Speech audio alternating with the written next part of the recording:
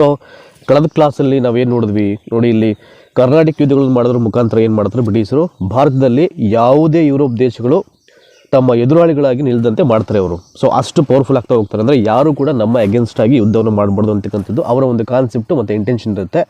ಪ್ಲಾಸಿ ಮತ್ತು ಬಕ್ಸಾರ್ ಕದನಗಳ ಮೂಲಕ ಬಂಗಾಳದ ಪ್ರಾಂತ್ಯದ ಮೇಲೆ ಸಂಪೂರ್ಣವಾಗಿ ರಾಜಕೀಯ ನಿಯಂತ್ರಣವನ್ನು ಅವರು ಸಾಧಿಸ್ತಾರೆ. ಸೊ ಅಲ್ಲಿಗೆ ಫ್ರೆಂಚರಿಗೂ ಕೂಡ ಇದೇ ಕನಸಿತ್ತು, ಹೇಗಾದರೂ ಮಾಡಿ ಇಡೀ ಭಾರತದ ಮೇಲೆ ನಾವು ನಮ್ಮ ನಿಯಂತ್ರಣವನ್ನು ಮಾಡಬೇಕು ಅಂತ. ಬಟ್ ಪ್ಲಾಸಿ ಮತ್ತು ಬಕ್ಸರಲ್ಲಿ ಅವರ ಮತ್ತು ಕರ್ನಾಟಕ ಯುದ್ಧಗಳಲ್ಲಿ ಅವರ ಯಾವ ಕನಸುಗಳು ಕೂಡ ಅಲ್ಲಿ ಇಡಿರಲ್ಲ, ಎಲ್ಲವೂ ನಿಲ್ಸಮ ಆಗಿಬಿಡುತ್ತೆ. ಸೊ ಫೈನಲಿ ಬ್ರಿಟಿಷರು ಅವರ ಪ್ರಭುತ್ವವನ್ನು ಐ ಥಿಂಕ್ ಮೇಲುಗೈಯನ್ನು ಸಾಧಿಸಿಕೊಂಡು ಅವ್ರು ಮುಂದೆ ಹೋಗ್ತಾ ಇರ್ತಾರೆ. 1765 ಹೊತ್ತಿಗೆ ಬಹುತೇಕ ಪೂರ್ವ ಭಾಗದ ಭಾರತದ ಮೇಲೆ ಪ್ರಭುತ್ವ ಸ್ಥಾಪಿಸ್ತಾರೆ ಯಾರು, ಬ್ರಿಟಿಷರು. ಆದರೆ ಭಾರತದ ಪಶ್ಚಿಮ ಮತ್ತು ದಕ್ಷಿಣ ಭಾಗಗಳಲ್ಲಿ ಮೈಸೂರು ಮತ್ತು ಮರಾಠ ರಾಜ್ಯಗಳು ಪ್ರಬಲರಾಗಿದ್ದ ಕಾರಣ ಅವರ ಆಟ ಟೋಪ ಬಂಗಾಳ ಮತ್ತು ಬೊಂಬಾಯಿಗೆ ಸೀಮಿತಗೊಂಡಿತ್ತು. ಆಟ ಟೋಪ ಅಂದರೆ ಅವ್ರಿಗೇನು ಒಂದು ಪವರ್ಫುಲ್ ಇತ್ತು, ಅವರೇನು ಡ್ರೀಮ್ಸನ್ನು ಇಟ್ಕೊಂಡಿದ್ರು. ಸೊ ಇವ್ರ ಮೇಲೆ ಕೂಡ ದಾಳಿ ಮಾಡಿ ಗೆದ್ಬಿಡ್ಬೋದು ಅಂತ. ಅದು ಸ್ವಲ್ಪ ಇಲ್ಲಿ ಸಮಸ್ಯೆ ಆಗಿರುತ್ತೆ, ಅಷ್ಟು ಈಸಿ ಆಗಿರಲ್ಲ ಅಲ್ಲಿ. ಎಲ್ಲಿ ಭಾರತದ ಪಶ್ಚಿಮ ಮತ್ತು ದಕ್ಷಿಣ ಭಾಗದಲ್ಲಿ ಇಲ್ಲಿ ಮೈಸೂರು ಮತ್ತು ಮರಾಠ ರಾಜ್ಯಗಳು ಪ್ರಬಲವಾಗಿರ್ತವೆ. ಅಷ್ಟು ಸುಲಭವಾಗಿ ಯಾರು ಕೂಡ ಅಲ್ಲಿ ಅವರು ಬ್ರಿಟಿಷರಿಗೆ ತಮ್ಮ ಸಂಸ್ಥಾನವನ್ನಾಗಲಿ ಅಥವಾ ತಮ್ಮ ರಾಜಕೀಯ ಒಂದು ಪೈಪೋಟಿಗಳು ಏನು ಇವರು ಇಲ್ಲಿ ಸ್ಥಾಪನೆ ಮಾಡಿದ್ರು ಅದನ್ನು ಅಷ್ಟು ಈಸಿಯಾಗಿ ಬಿಟ್ಕೊಳ್ಳಲಿಕ್ಕೆ ಅವರು ಸಿದ್ಧರಿರಲಿಲ್ಲ. ಅಂದರೆ ಇವರ ಸೈನ್ಯ ಕೂಡ ಅಷ್ಟು ಪ್ರಬಲವಾಗಿರುತ್ತೆ. ಬಟ್ ಆದರೂ ಕೂಡ ಹೇಗಾದರೂ ಮಾಡಿ ಇವ್ರ ಮೇಲೆ ಆಕ್ರಮಣ ಮಾಡಿ ಅದನ್ನು ಎಲ್ಲವನ್ನು ವಶಪಡಿಸ್ಕೊಂಡು ಅಲ್ಲೂ ಕೂಡ ನಾವು ಪೊಲಿಟಿಕಲಿ ಪವರನ್ನು ಅದು ಸ್ಥಾಪನೆ ಮಾಡಬೇಕು ಅಂತಕ್ಕಂಥ ಇಂಟೆನ್ಷನ್ ಇದ್ದೇ ಇರುತ್ತೆ ಬ್ರಿಟಿಷರಿಗೆ. ಅವರ ಮೂಲ ಉದ್ದೇಶ ಎಲ್ಲಿವರೆಗೆ ಭಾರತದ ಎಲ್ಲ ಸಂಸ್ಥಾನವನ್ನು ವಶಪಡಿಸ್ಕೊಂಡು ನಮ್ಮ ಒಂದು ಪ್ರದೇಶಗಳನ್ನು ನಾವು ಅದನ್ನು ಸೇರಿಸ್ಕೊಂಡು ನಾವು ಏನು ಮಾಡಬೇಕು, ವಿಸ್ತರಣಾ ನೀತಿಯನ್ನು ಅನುಸರಿಸ್ಕೊಂಡು ಅದನ್ನು ಹಾಗೆ ವಿಸ್ತರಣೆ ಮಾಡ್ತಾ ಹೋಗಬೇಕು. ಸೊ ನಮ್ಮ ಒಂದು ಪ್ರಭುತ್ವವನ್ನು ಅಂತಕ್ಕಂಥದ್ದು ಅವರ ಮೂಲ ಉದ್ದೇಶ ಇರುತ್ತೆ. ಇಲ್ಲೇನಾಗುತ್ತೆ ನೆಕ್ಸ್ಟ್ ಇಲ್ಲಿ ನೋಡಿ, ಇಲ್ಲಿದೆ ಈ ಪ್ಯಾರಾಗ್ರಾಫಲ್ಲಿ, ಬ್ರಿಟಿಷರ ಮುಂದಿನ ವಿಸ್ತರಣಾ ನೀತಿಗೆ ಅಡ್ಡಿಯಾಗಿದ್ದವರು ಮರಾಠ ಪೇಶ್ವೆಗಳು ಮತ್ತು ಮೈಸೂರು ಸಂಸ್ಥಾನದಲ್ಲಿ ಅಧಿಕಾರಕ್ಕೆ ಬಂದ ಹೈದರಾಲಿ ಮತ್ತು ಅವನ ಮಗ ಟಿಪ್ಪು ಸುಲ್ತಾನ್ ಅಂತ. ನೋಡಿ, ಮೈಸೂರು ಸಂಸ್ಥಾನದಲ್ಲಿ ಅವಾಗ ಯಾರು ಪವರ್ ಇರುತ್ತೆ ಅವ್ರಿಗೆ, ಒಂದು ಹೈದರಾಲಿ, ಇನ್ನೊಂದು ಟಿಪ್ಪು ಸುಲ್ತಾನ್. ಇವರಿಬ್ಬರು ಅಧಿಕಾರವನ್ನು ವಹಿಸ್ಕೊಂಡು ಆಳ್ವಿಕೆಯನ್ನು ಮಾಡ್ತಾ ಇರ್ತಾರೆ ಅಲ್ಲಿ. ಸೊ ಇವ್ರ ನಂತರ ವಾಯುವ್ಯ ಭಾರತದಲ್ಲಿ ಸಿಖ್ಖರು ಪ್ರಬಲ ವಿರೋಧಿಗಳಾಗ್ತಾರೆ. ಇವರಾದಮೇಲೆ ಮೈಸೂರು ಸಂಸ್ಥಾನದಲ್ಲಿ ಇವರು ಪ್ರಬಲ ವಿರೋಧಿಗಳಾಗಿರ್ತಾರೆ ಬ್ರಿಟಿಷರಿಗೆ. ಇವರಾದಮೇಲೆ ವಾಯುವ್ಯ ಭಾಗದಲ್ಲಿ ಸಿಖ್ಖರು ಮತ್ತೊಂದು ಕಡೆ ಬ್ರಿಟಿಷರಿಗೆ ಇವರು ಕೂಡ ವಿರೋಧಿಗಳಾಗಿರ್ತಾರೆ. 19ನೇ ಶತಮಾನದ ಆರಂಭದ ದಶಕಗಳಲ್ಲಿ ಪ್ರವರ್ಧಮಾನಕ್ಕೆ ಬಂದಂಥ ರಣಜಿತ್ ಸಿಂಗ್ ಸಿಖ್ಖರನ್ನು ಸಂಘಟಿಸುವಲ್ಲಿ ಯಶಸ್ವಿ ಆಗ್ತಾನೆ. ಅವನು ಇಡೀ, ಯಾಕಂದರೆ ಸಿಖ್ಖರ ಪ್ರಮುಖ ನಾಯಕ ಯಾರಪ್ಪ ಅಂದ್ರೆ ರಣಜಿತ್ ಸಿಂಗೇ ಬರೋದು. ಅವನೇ ಇಡೀ ಟೀಮನ್ನು ಅಲ್ಲಿ ಪ್ರಿಪೇರ್ ಮಾಡ್ತಾನೆ. ಯಾರು ಕೂಡ ನಮ್ಮ ವಿರುದ್ಧವಾಗಿ ಯುದ್ಧ ಮಾಡೋದಾಗಲಿ ಅಥವಾ ಆಕ್ರಮಣ ಮಾಡೋದಾಗಲಿ ಯಾರು ಮಾಡದೇ ಇರಲಿ ಅಂತಕ್ಕಂಥ ಒಂದು ಯೋಚನೆಯನ್ನು ಮುಂಚೆನೇ ಮಾಡಿ ಅಂತ ಒಂದು ಪವರ್ಫುಲ್ ಟೀಮನ್ನು ಅಲ್ಲಿ ಪ್ರಿಪೇರ್ ಮಾಡಿರ್ತಾನೆ. ಸೊ ಸಿಖ್ಖರ ದೊರೆಯಾದಂಥ ಈ ರಣಜಿತ್ ಸಿಂಗ್. ಸೊ ನೆಕ್ಸ್ಟು ಈಗ ನಮಗೆ ಈ ಪ್ಯಾರಾಗ್ರಾಫಿಂದ ಆಂಗ್ಲೋ ಮರಾಠ ಯುದ್ಧಗಳು ನಡೀಲಿಕ್ಕೆ ಏನು ಹಿನ್ನೆಲೆ ಇದೆ, ರೀಸನ್ಸ್ ಏನು ಅಂತ ನಿಮಗೆ ಇಲ್ಲಿ ಗೊತ್ತಾಗ್ಬಿಡುತ್ತೆ. ಈಗ ಫಸ್ಟು ಬ್ರಿಟಿಷರು ಸೊ ಮರಾಠರ ಮೇಲೆ ಯುದ್ಧವನ್ನು ಮಾಡಲಿಕ್ಕೆ ರೀಸನ್ಸ್ ಏನು ಅಂತ ಹೇಳಿ ನೋಡಿ, ಇಲ್ಲಿದೆ ಇಲ್ಲಿ, ಬ್ರಿಟಿಷರು ಭಾರತದಲ್ಲಿ ತಮ್ಮ ಸಾಮ್ರಾಜ್ಯ ವಿಸ್ತರಣೆಗಾಗಿ 18ನೇ ಶತಮಾನದ ಮಧ್ಯಭಾಗದಿಂದ 19ನೇ ಶತಮಾನದ ಮಧ್ಯಂತರದವರೆಗೂ, ನೋಡಿ 18ನೇ ಶತಮಾನದ ಮಧ್ಯಭಾಗದಿಂದ, ಸೊ 18th ಸೆಂಚುರಿ ಮಿಡಲ್ನಿಂದ ಅಪ್ ಟು 19ನೇ ಶತಮಾನದ ಮಿಡಲ್ವರೆಗೆ ಮಧ್ಯಂತರದವರೆಗೂ ಕೂಡ ಮೇಲಿಂದ ಮೇಲೆ ಏನು ಮಾಡ್ತಾರೆ, ಅನೇಕ ಯುದ್ಧಗಳನ್ನು ಮಾಡ್ತಾರೆ. ಯಾಕೆಂದರೆ ನಮ್ಮ ಎಗೇನ್ಸ್ಟ್ ಆಗಿ ಯಾರಾದರೂ ಪ್ರಬಲ ವೈರಿಗಳಿದ್ದಾರೆ ಅಂತ ಅಂದ್ಕೊಂಡು ಅಷ್ಟಕ್ಕೆ ಅವರು ಭಯ ಪಡ್ಕೊಂಡು ಸುಮ್ತಿರಲಿಲ್ಲ. ಏನಾದರೂ ಮಾಡಿ ಅವ್ರ ಮೇಲೆ ಆಕ್ರಮಣವನ್ನು ಮಾಡಿ ಅವರ ಎಲ್ಲ ಸಂಸ್ಥಾನವನ್ನು ವಶಪಡಿಸ್ಕೊಳ್ಬೇಕು ಅನ್ನೋಕ್ಕಂಥದ್ದು ಅವರ ಮೂಲ ಗುರಿಯಾಗಿರುತ್ತೆ ಬ್ರಿಟಿಷರು. ಸೊ ಅಂತೆ ಯಾವಾಗ ಸಹಾಯಕ ಸೈನ್ಯ ಪದ್ಧತಿ ಮತ್ತು ದತ್ತು ಮಕ್ಕಳಿಗೆ ಹಕ್ಕಿಲ್ಲ ಅಂತಕ್ಕಂಥ ಕೆಲವೊಂದು ನೀತಿಯನ್ನು ಸೊ ಅಳವಡಿಸ್ಕೊಳ್ತಕ್ಕಂಥ ಒಂದು ಮೂಲಕ ಏನಾಗುತ್ತೆ, ಇದರ ಒಂದು ಉಪಾಯ ಮಾಡಿಕೊಂಡು ಭಾರತೀಯ ರಾಜ್ಯಗಳನ್ನು ಕಬಳಿಸಲಿಕ್ಕೆ ಅವರು ಪ್ರಯತ್ನ ಮಾಡ್ತಾರೆ. ಸೊ ಅದನ್ನು ಆ ನೀತಿಗಳನ್ನು ಹೇರಿ ಸೊ ಒಂದಷ್ಟು ನಮ್ಮ ಇಂಡಿಯಾದ ಕೆಲವೊಂದು ಸ್ಟೇಟ್ಸನ್ನು ಅವರು ಕಬಳಿಸ್ಕೊಂಡು ಸಂಸ್ಥಾನವನ್ನು ವಶಪಡಿಸ್ಕೊಂಡಿರ್ತಾರೆ. ಸೊ ಮುಂಚೆನೇ ಅದನ್ನು ಈ ಅವಧಿಯಲ್ಲಿ ಬ್ರಿಟಿಷರು ಭಾರತದ ದಕ್ಷಿಣ, ಪಶ್ಚಿಮ ಮತ್ತು ವಾಯುವ್ಯ ಭಾಗದಲ್ಲಿ ನಡೆಸಿದಂಥ ಯುದ್ಧಗಳಲ್ಲಿ 3 ಆಂಗ್ಲೋ ಮರಾಠ ಯುದ್ಧಗಳು, 4 ಆಂಗ್ಲೋ ಮೈಸೂರು ಯುದ್ಧಗಳು, ಸೊ ಹಾಗೆಯೇ ಮತ್ತು 2 ಆಂಗ್ಲೋ ಸಿಖ್ ಯುದ್ಧಗಳು ಸೇರಿವೆ ಅಂತ. ಭಾಳ ಪ್ರಮುಖವಾಗಿ ಯುದ್ಧಗಳು ಇವೆಲ್ಲ. ನೋಡಿ ಎಲ್ಲಿ ಇವೆಲ್ಲ ಬ್ರಿಟಿಷರಿಗೂ ನಮ್ಮ ಇಂಡಿಯನ್ಸ್ಗೂ ನಡೆಯುವಂಥದ್ದಂದರೆ ಈ ಅವಧಿಯಲ್ಲಿ ಬ್ರಿಟಿಷರು ಭಾರತದ ದಕ್ಷಿಣ, ಪಶ್ಚಿಮ ಮತ್ತು ವಾಯುವ್ಯ ಭಾಗದಲ್ಲಿ ನಡೆಸಿದಂಥ ಯುದ್ಧಗಳಲ್ಲಿ 3 ಆಂಗ್ಲೋ ಮರಾಠ ಯುದ್ಧಗಳು. ನೋಡಿ ಇಲ್ಲಿ ಎಲ್ಲಿ ಅವರು ಯುದ್ಧಗಳನ್ನು ಮಾಡೋದು, ಬ್ರಿಟಿಷರು ನಮ್ಮ ಭಾರತದಲ್ಲಿ ದಕ್ಷಿಣ, ಪಶ್ಚಿಮ ಮತ್ತು ವಾಯುವ್ಯ ಭಾಗದಲ್ಲಿ ನಡೆಸಿದ ಯುದ್ಧಗಳಲ್ಲಿ 3 ಆಂಗ್ಲೋ ಮರಾಠ ಯುದ್ಧಗಳು, 4 ಆಂಗ್ಲೋ ಯುದ್ಧಗಳನ್ನು ಮತ್ತು 4ನೇ ಪಾಠದಲ್ಲಿ ಚರ್ಚಿಸಲಾಗುವುದರಿಂದ ಇಲ್ಲಿ ಬ್ರಿಟಿಷರು ನಡೆಸಿದಂಥ ಮರಾಠ ಮತ್ತು ಸಿಖ್ ಯುದ್ಧಗಳನ್ನು ಕುರಿತು ತಿಳಿಯೋಣ ಅಂತಿದೆ. ಸೊ ಫಸ್ಟ್ ನಾವೀಗ ಈ ಒಂದು ವಿಡಿಯೋ ಸೆಷನ್ನಲ್ಲಿ ಮರಾಠ ಯುದ್ಧಗಳು ಮತ್ತು ಆಂಗ್ಲೋ ಸಿಖ್ ಯುದ್ಧಗಳ ಬಗ್ಗೆ ತಿಳ್ಕೊಳ್ಳೋಣ. ಇನ್ನು ಮಿಕ್ಕಿದಂಥ ಯುದ್ಧಗಳು ನಿಮಗೆ ನೆಕ್ಸ್ಟು ಮುಂದಿನ ವಿಡಿಯೋ ಸರಣಿಯಲ್ಲಿ ನಾನು ಹೇಳ್ತೀನಿ. ಸೊ ಈಗ ಆಂಗ್ಲೋ ಮರಾಠ ಯುದ್ಧದಲ್ಲಿ ಸೊ ಮೊದಲನೇ ಆಂಗ್ಲೋ ಮರಾಠ ಯುದ್ಧ ಯಾವಾಗ ನಡೀತು ಅಂತ ನಾನು ಆವಾಗಲೇ ಹೇಳಿದೆ ನಿಮಗೆ ಹಿನ್ನೆಲೆಯನ್ನು. ಸೊ ಒಂದು ಕಡೆ ಮೈಸೂರಲ್ಲಿ ಹೈದರಾಲಿ ಟಿಪ್ಪು ಸುಲ್ತಾನು ಅಲ್ಲಿ ಒಂದು ತಮ್ಮ ಆಳ್ವಿಕೆಯನ್ನು ಮಾಡ್ತಾ ಇರ್ತಾರೆ, ಅವರು ಪ್ರಬಲವಾಗಿರ್ತಾರೆ. ಸೊ ಇನ್ನೊಂದು ಕಡೆ ರಣಜಿತ್ ಸಿಂಗ್ ಏನು ಮಾಡ್ತಾನೆ, ಎಲ್ಲ ಸಿಖ್ ಸಮುದಾಯವನ್ನು ಅವನು ಟೀಮ್ ರೆಡಿ ಮಾಡಿ, ಅವನು ಕೂಡ ಒಬ್ಬ ಪ್ರಬಲ ವಿರೋಧಿಯಾಗಿರ್ತಾನೆ ಬ್ರಿಟಿಷರಿಗೆ. ಸೊ ಇವೆಲ್ಲ ಇದ್ದೇ ಇರುತ್ತೆ. ಹಾಗಾಗಿ ಇನ್ನೊಂದು ಕಡೆ ಮರಾಠರ ಪೇಶ್ವೆಗಳು ಆಳ್ವಿಕೆಯನ್ನು ಮಾಡ್ತಾ ಇರ್ತಾರೆ. ಈ 3 ಜನರ ಹಟ್ಟಹಾಸವನ್ನು ಐ ಥಿಂಕ್ ಏನಾದರೂ ಯುದ್ಧವನ್ನು ಆಕ್ರಮಣ ಮಾಡಿ ಅವರ ಎಲ್ಲ ಸಂಸ್ಥಾನವನ್ನು ವಶಪಡಿಸ್ಕೊಳ್ಳಿಕ್ಕೆ ಮಾಡಿದಂಥ ಯುದ್ಧಗಳು ಇವೆಲ್ಲ. ಸೊ ಮರಾಠ ಯುದ್ಧಗಳು ಆಯಿತಾ, ಮರಾಠ ಯುದ್ಧಗಳಾಗಿರ್ಬೋದು ಮತ್ತು ಸಿಖ್ ಯುದ್ಧಗಳಾಗಿರ್ಬೋದು. ಸೊ ಸಿಖ್ ಯುದ್ಧಗಳು ಯಾಕೆ ಮಾಡ್ತಾರೆ, ಸಿಖ್ಖರ ಎಗೇನ್ಸ್ಟ್ ಆಗಿ ಅವ್ರನ್ನ ಮಟ್ಟ ಹಾಕಿ ಅವ್ರ ಸಂಸ್ಥಾನವನ್ನು ವಶಪಡಿಸ್ಕೊಳ್ಳಿಕ್ಕೆ, ಇಷ್ಟೇ ರೀಸನ್ಸು ಆಯಿತಾ. ಹಾಗಾಗಿ ಸಿಂಪಲ್ ಆಗಿ ಎಲ್ಲವನ್ನು ಅರ್ಥ ಮಾಡ್ಕೊಳ್ಳೋ ಪ್ರಯತ್ನ ಮಾಡೋಣ. ಈಗ ನೋಡಿ, ಮೊದಲನೇದು ಬಂದು ಇಲ್ಲಿ ಆಂಗ್ಲೋ ಮರಾಠ ಯುದ್ಧಗಳು. ಸೊ ನಡೆದಂಥ ವರ್ಷ ಯಾವಾಗ ಅಂತ ಒಂದು ಕಡೆಯಿಂದ ಇಲ್ಲಿ ನೋಡೋಣ. ಇಲ್ಲಿ ಆಂಗ್ಲೋ ಮರಾಠ ಯುದ್ಧಗಳು, ಮೊದಲ ಆಂಗ್ಲೋ ಮರಾಠ ಯುದ್ಧ 1775ರಿಂದ 1782 ಅಂತ. ಇವೆಲ್ಲ ಇಸ್ವಿಗಳು ಇಟ್ ಇಸ್ ವೆರಿ ಇಂಪಾರ್ಟೆಂಟು. 1775ಇಂದ 1782 ಇದೆ. ಬಕ್ಸಾರ್ ವಾರಲ್ಲಿ ಸೋತು ಬ್ರಿಟಿಷರ ಆಶ್ರಯದಲ್ಲಿದ್ದಂಥ ಮೊಘಲ್ ಚಕ್ರವರ್ತಿ ಯಾರವನು ನೋಡಿ, ಇಲ್ಲಿ ಒಂದು ಹಿನ್ನೆಲೆ ಇದೆ. ಇದು ಬಕ್ಸಾರ್ ವಾರು 1764 ನಡೆದಂಥ ಬಕ್ಸಾರ್ ವಾರ್ನಲ್ಲಿ ಸೋತು ಬ್ರಿಟಿಷರ ಆಶ್ರಯದಲ್ಲಿದ್ದ ಒಬ್ಬ ಮೊಘಲ್ ಚಕ್ರವರ್ತಿ ಯಾರಪ್ಪ ಅಂದರೆ 2ನೇ ಶಾ ಆಲಂ ಅಂತ. ಅವನನ್ನು ಮರಾಠರು ಏನು ಮಾಡ್ತಾರೆ, ಕರ್ಕೊಂಡು ಬಂದು ಮತ್ತೆ ದೆಹಲಿಯ ಸಿಂಹಾಸನದಲ್ಲಿ ಕೂರಿಸ್ತಾರೆ. ಚಕ್ರವರ್ತಿಯು ಮೊದಲು ಬ್ರಿಟಿಷರಿಗೆ ನೀಡಿದ್ದ ನೋಡಿ ಇಲ್ಲಿದೆ ಇಲ್ಲಿ, ಸೊ ವೆರಿ ಇಂಪಾರ್ಟೆಂಟು. ಅವನೇನು ಮಾಡ್ತಾನೆ, ಬ್ರಿಟಿಷರಿಗೆ ಒಂದಷ್ಟು ಈ ಪ್ರಾಂತ್ಯಗಳನ್ನು ಅವ್ನು ಕೊಟ್ಟಿರ್ತಾನೆ. ಅವನು ಯಾವ ಪ್ರಾಂತ್ಯಗಳು ನೋಡಿ ಇಲ್ಲಿ, ಕೋರಾ ಮತ್ತು ಅಲಹಾಬಾದು. ಸ್ವಲ್ಪ ಈಗ ಸ್ಕಾಲಪ್ ಮಾಡ್ತೀನಿ ನಾನು. ಸೊ ಇನ್ನೂ ಒಂದು ಸಲ ಇಸ್ವಿ ನೆನಪಿಟ್ಕೊಂಡಿದ್ದಾನೆ. ಮೊದಲನೇ ಆಂಗ್ಲೋ ಮರಾಠ ಯುದ್ಧ ಬಂದು 1775ರಿಂದ 1787ರಲ್ಲಿ. ಸೊ ಬಕ್ಸರ್ ಕದದಲ್ಲಿ ಸೋತಿದ್ದಂಥ ಮೊಘಲ್ ಚಕ್ರವರ್ತಿ ದಟ್ ಈಸ್ 2ನೇ ಶಾ ಆಲಂ ಖಾನನ್ನು ಮರಾಠರು ಮತ್ತೆ ಅವರನ್ನು ವಾಪಸ್ ಕರ್ಕೊಂಡು ಬಂದು ದೆಹಲಿಯ ಸಿಂಹಾಸನದ ಮೇಲೆ ಕೂರ್ತಾರೆ. ನೀನಲ್ಲೇ ಇರಪ್ಪ, ನೀನು ರಾಜನಾಗಿ ಅಂತ. ಅದಾದಮೇಲೆ ಅವನು ಚಕ್ರವರ್ತಿ ಏನು ಮಾಡಿರ್ತಾನೆ ಅವನು, ಸೊ ಮೊದಲು ಬ್ರಿಟಿಷರಿಗೆ ನೀಡಿದಂಥ ಕೋರಾ ಮತ್ತು ಅಲಹಾಬಾದ್ಗಳನ್ನು ಮರಾಠರಿಗೆ ಕೊಡ್ತಾನೆ. ಯಾಕೆ, ದೆಹಲಿಗೆ ಮತ್ತೆ ಇವರು ಸಿಂಹಾಸನದಲ್ಲಿ ಕೂರಿಸ್ತಾರಲ್ಲ ಅವನ್ನ. ಸೊ ಅದರ ಒಂದು ಪೂರಕವಾಗಿ, ಅದಕ್ಕೆ ಪರಿಣಾಮವಾಗಿ ಇವನು ಇವೆರಡು ಪ್ರಾಂತ್ಯವನ್ನು ಕೊಡ್ತಾನೆ. ಸೊ ಇದರಿಂದ ಏನಾಗುತ್ತೆ, ಮರಾಠರು ಮತ್ತು ಬ್ರಿಟಿಷರ ನಡುವೆ ವೈರತ್ವವು ಮನೆ ಮಾಡುತ್ತೆ ಅಂತ. ಮರಾಠರ ಬಲಿಷ್ಠ ಪೇಶ್ವೆ ಮಾಧವರಾವ್ ಇದೇ ಸಮಯದಲ್ಲಿ ತೀರಿಕೊಂಡದ್ದು ಮರಾಠರಿಗೆ ತುಂಬಲಾರದ ನಷ್ಟವಾಯಿತು ಅಂತ. ಅವಾಗೆಲ್ಲ ಐ ಥಿಂಕ್ ಮರಾಠರ ಪೇಶ್ವೆ ಮಾಧವರಾವ್ ಅಂತಕ್ಕಂಥವನು ಒಬ್ಬ ಪ್ರಬಲ ಚಕ್ರವರ್ತಿ ಆಗಿರ್ತಾನೆ. ಸೊ ಅವನೇ ಆ ಟೈಮಲ್ಲಿ ಹೆಸರುನಿಗಿದ್ರಿಂದ ಇದು ಬ್ರಿಟಿಷರಿಗೆ ಪ್ಲಸ್ ಪಾಯಿಂಟ್ ಆಗುತ್ತೆ, ಮರಾಠರಿಗೆ ವೀಕ್ನೆಸ್ ಆಗ್ಬಿಡುತ್ತೆ, ಅದು ಮೈನಸ್ ಪಾಯಿಂಟ್ ಆಗಿಬಿಡುತ್ತೆ. ಸೊ ಮಾಧವರಾವೇ ಹೋಗ್ಬಿಟ್ರಲ್ಲ, ಸೊ ಪೇಶ್ವೆ ಆಗಿದ್ದವರು ಈಗ ಹೆಂಗೆ ನಾವು ಇವ್ರ ವಿರುದ್ಧವಾಗಿ ಆಕ್ರಮಣ ಮಾಡೋದು, ಹೀಗೆಲ್ಲ ಒಂದಷ್ಟು ಯೋಚನೆ ಆಗ್ಬಿಡುತ್ತೆ ಅವರಿಗೆ. ಸೊ ಪೇಶ್ವೆ ಸ್ಥಾನಕ್ಕೆ ಅವನ ತಮ್ಮ ನಾರಾಯಣರಾಯನು ಬಂಧನಾದರು. ಅವನ ಚಿಕ್ಕಪ್ಪ ರಘೋಬ ಅಂತ, ಅವನಿಗೆ ಇನ್ನೊಂದು ಹೆಸರು ರಘುನಾಥ ರಾವ್ ಅಂತ. ಸೊ ಅವನು ಕೊಲೆ ಮಾಡ್ತಾನೆ ನೋಡಿ. ಯಾರು, ಪೇಶ್ವೆ ಸ್ಥಾನಕ್ಕೆ ಅವನ ತಮ್ಮ ನಾರಾಯಣರಾಯನು ಬಂಧನಾದರು. ತಮ್ಮ ಅಂದರೆ ಯಾರು ಇಲ್ಲಿ, ಸೊ ಮಾಧವರಾವ್ ತಮ್ಮ ಯಾರು, ನಾರಾಯಣರಾವ್. ಆ ಒಂದು ಸ್ಥಾನಕ್ಕೆ ಅವರು ತೀರೋದ್ಮೇಲೆ ಸೊ ತಮ್ಮನಾದಂಥ ನಾರಾಯಣರಾವ್ ಕೂಡ ಬಂದರೂ ಕೂಡ ಅವನ ಚಿಕ್ಕಪ್ಪ ರಘುನಾಥರಾವ್ ಅಂತಕ್ಕಂಥವನು ಕೊಲೆ ಮಾಡ್ತಾನೆ. ಸೊ ಏನಕ್ಕೆ ಅಂದರೆ ಇವೆಲ್ಲವೂ ನಿಮಗೆ ಗೊತ್ತಿದೆಯಲ್ಲ, ಎಲ್ಲವೂ ಕೂಡ ಅಧಿಕಾರದ ಆಸೆಗೋಸ್ಕರ ನಡೀತಕ್ಕಂಥ ಎಲ್ಲ ಕೃತ್ಯಗಳಿವೆಲ್ಲ. ಇದರಿಂದ ಪೇಶ್ವೆ ಸ್ಥಾನಕ್ಕೆ ಕಲಹ ಇರ್ಬಿಡೋದು, ಮತ್ತೆ ಕ್ಲಾಸಸ್ ಆಗುತ್ತೆ. ಸೊ ನನಗೆ ಬೇಕು, ಇಲ್ಲ ಮತ್ತೊಬ್ಬರು ಬೇಕು, ಇಲ್ಲ ನನಗೇ ಬೇಕು ಅಂತಕ್ಕಂಥ ಒಂದಷ್ಟು ಕಲಹಗಳಾಗುತ್ತೆ ಅಲ್ಲಿ.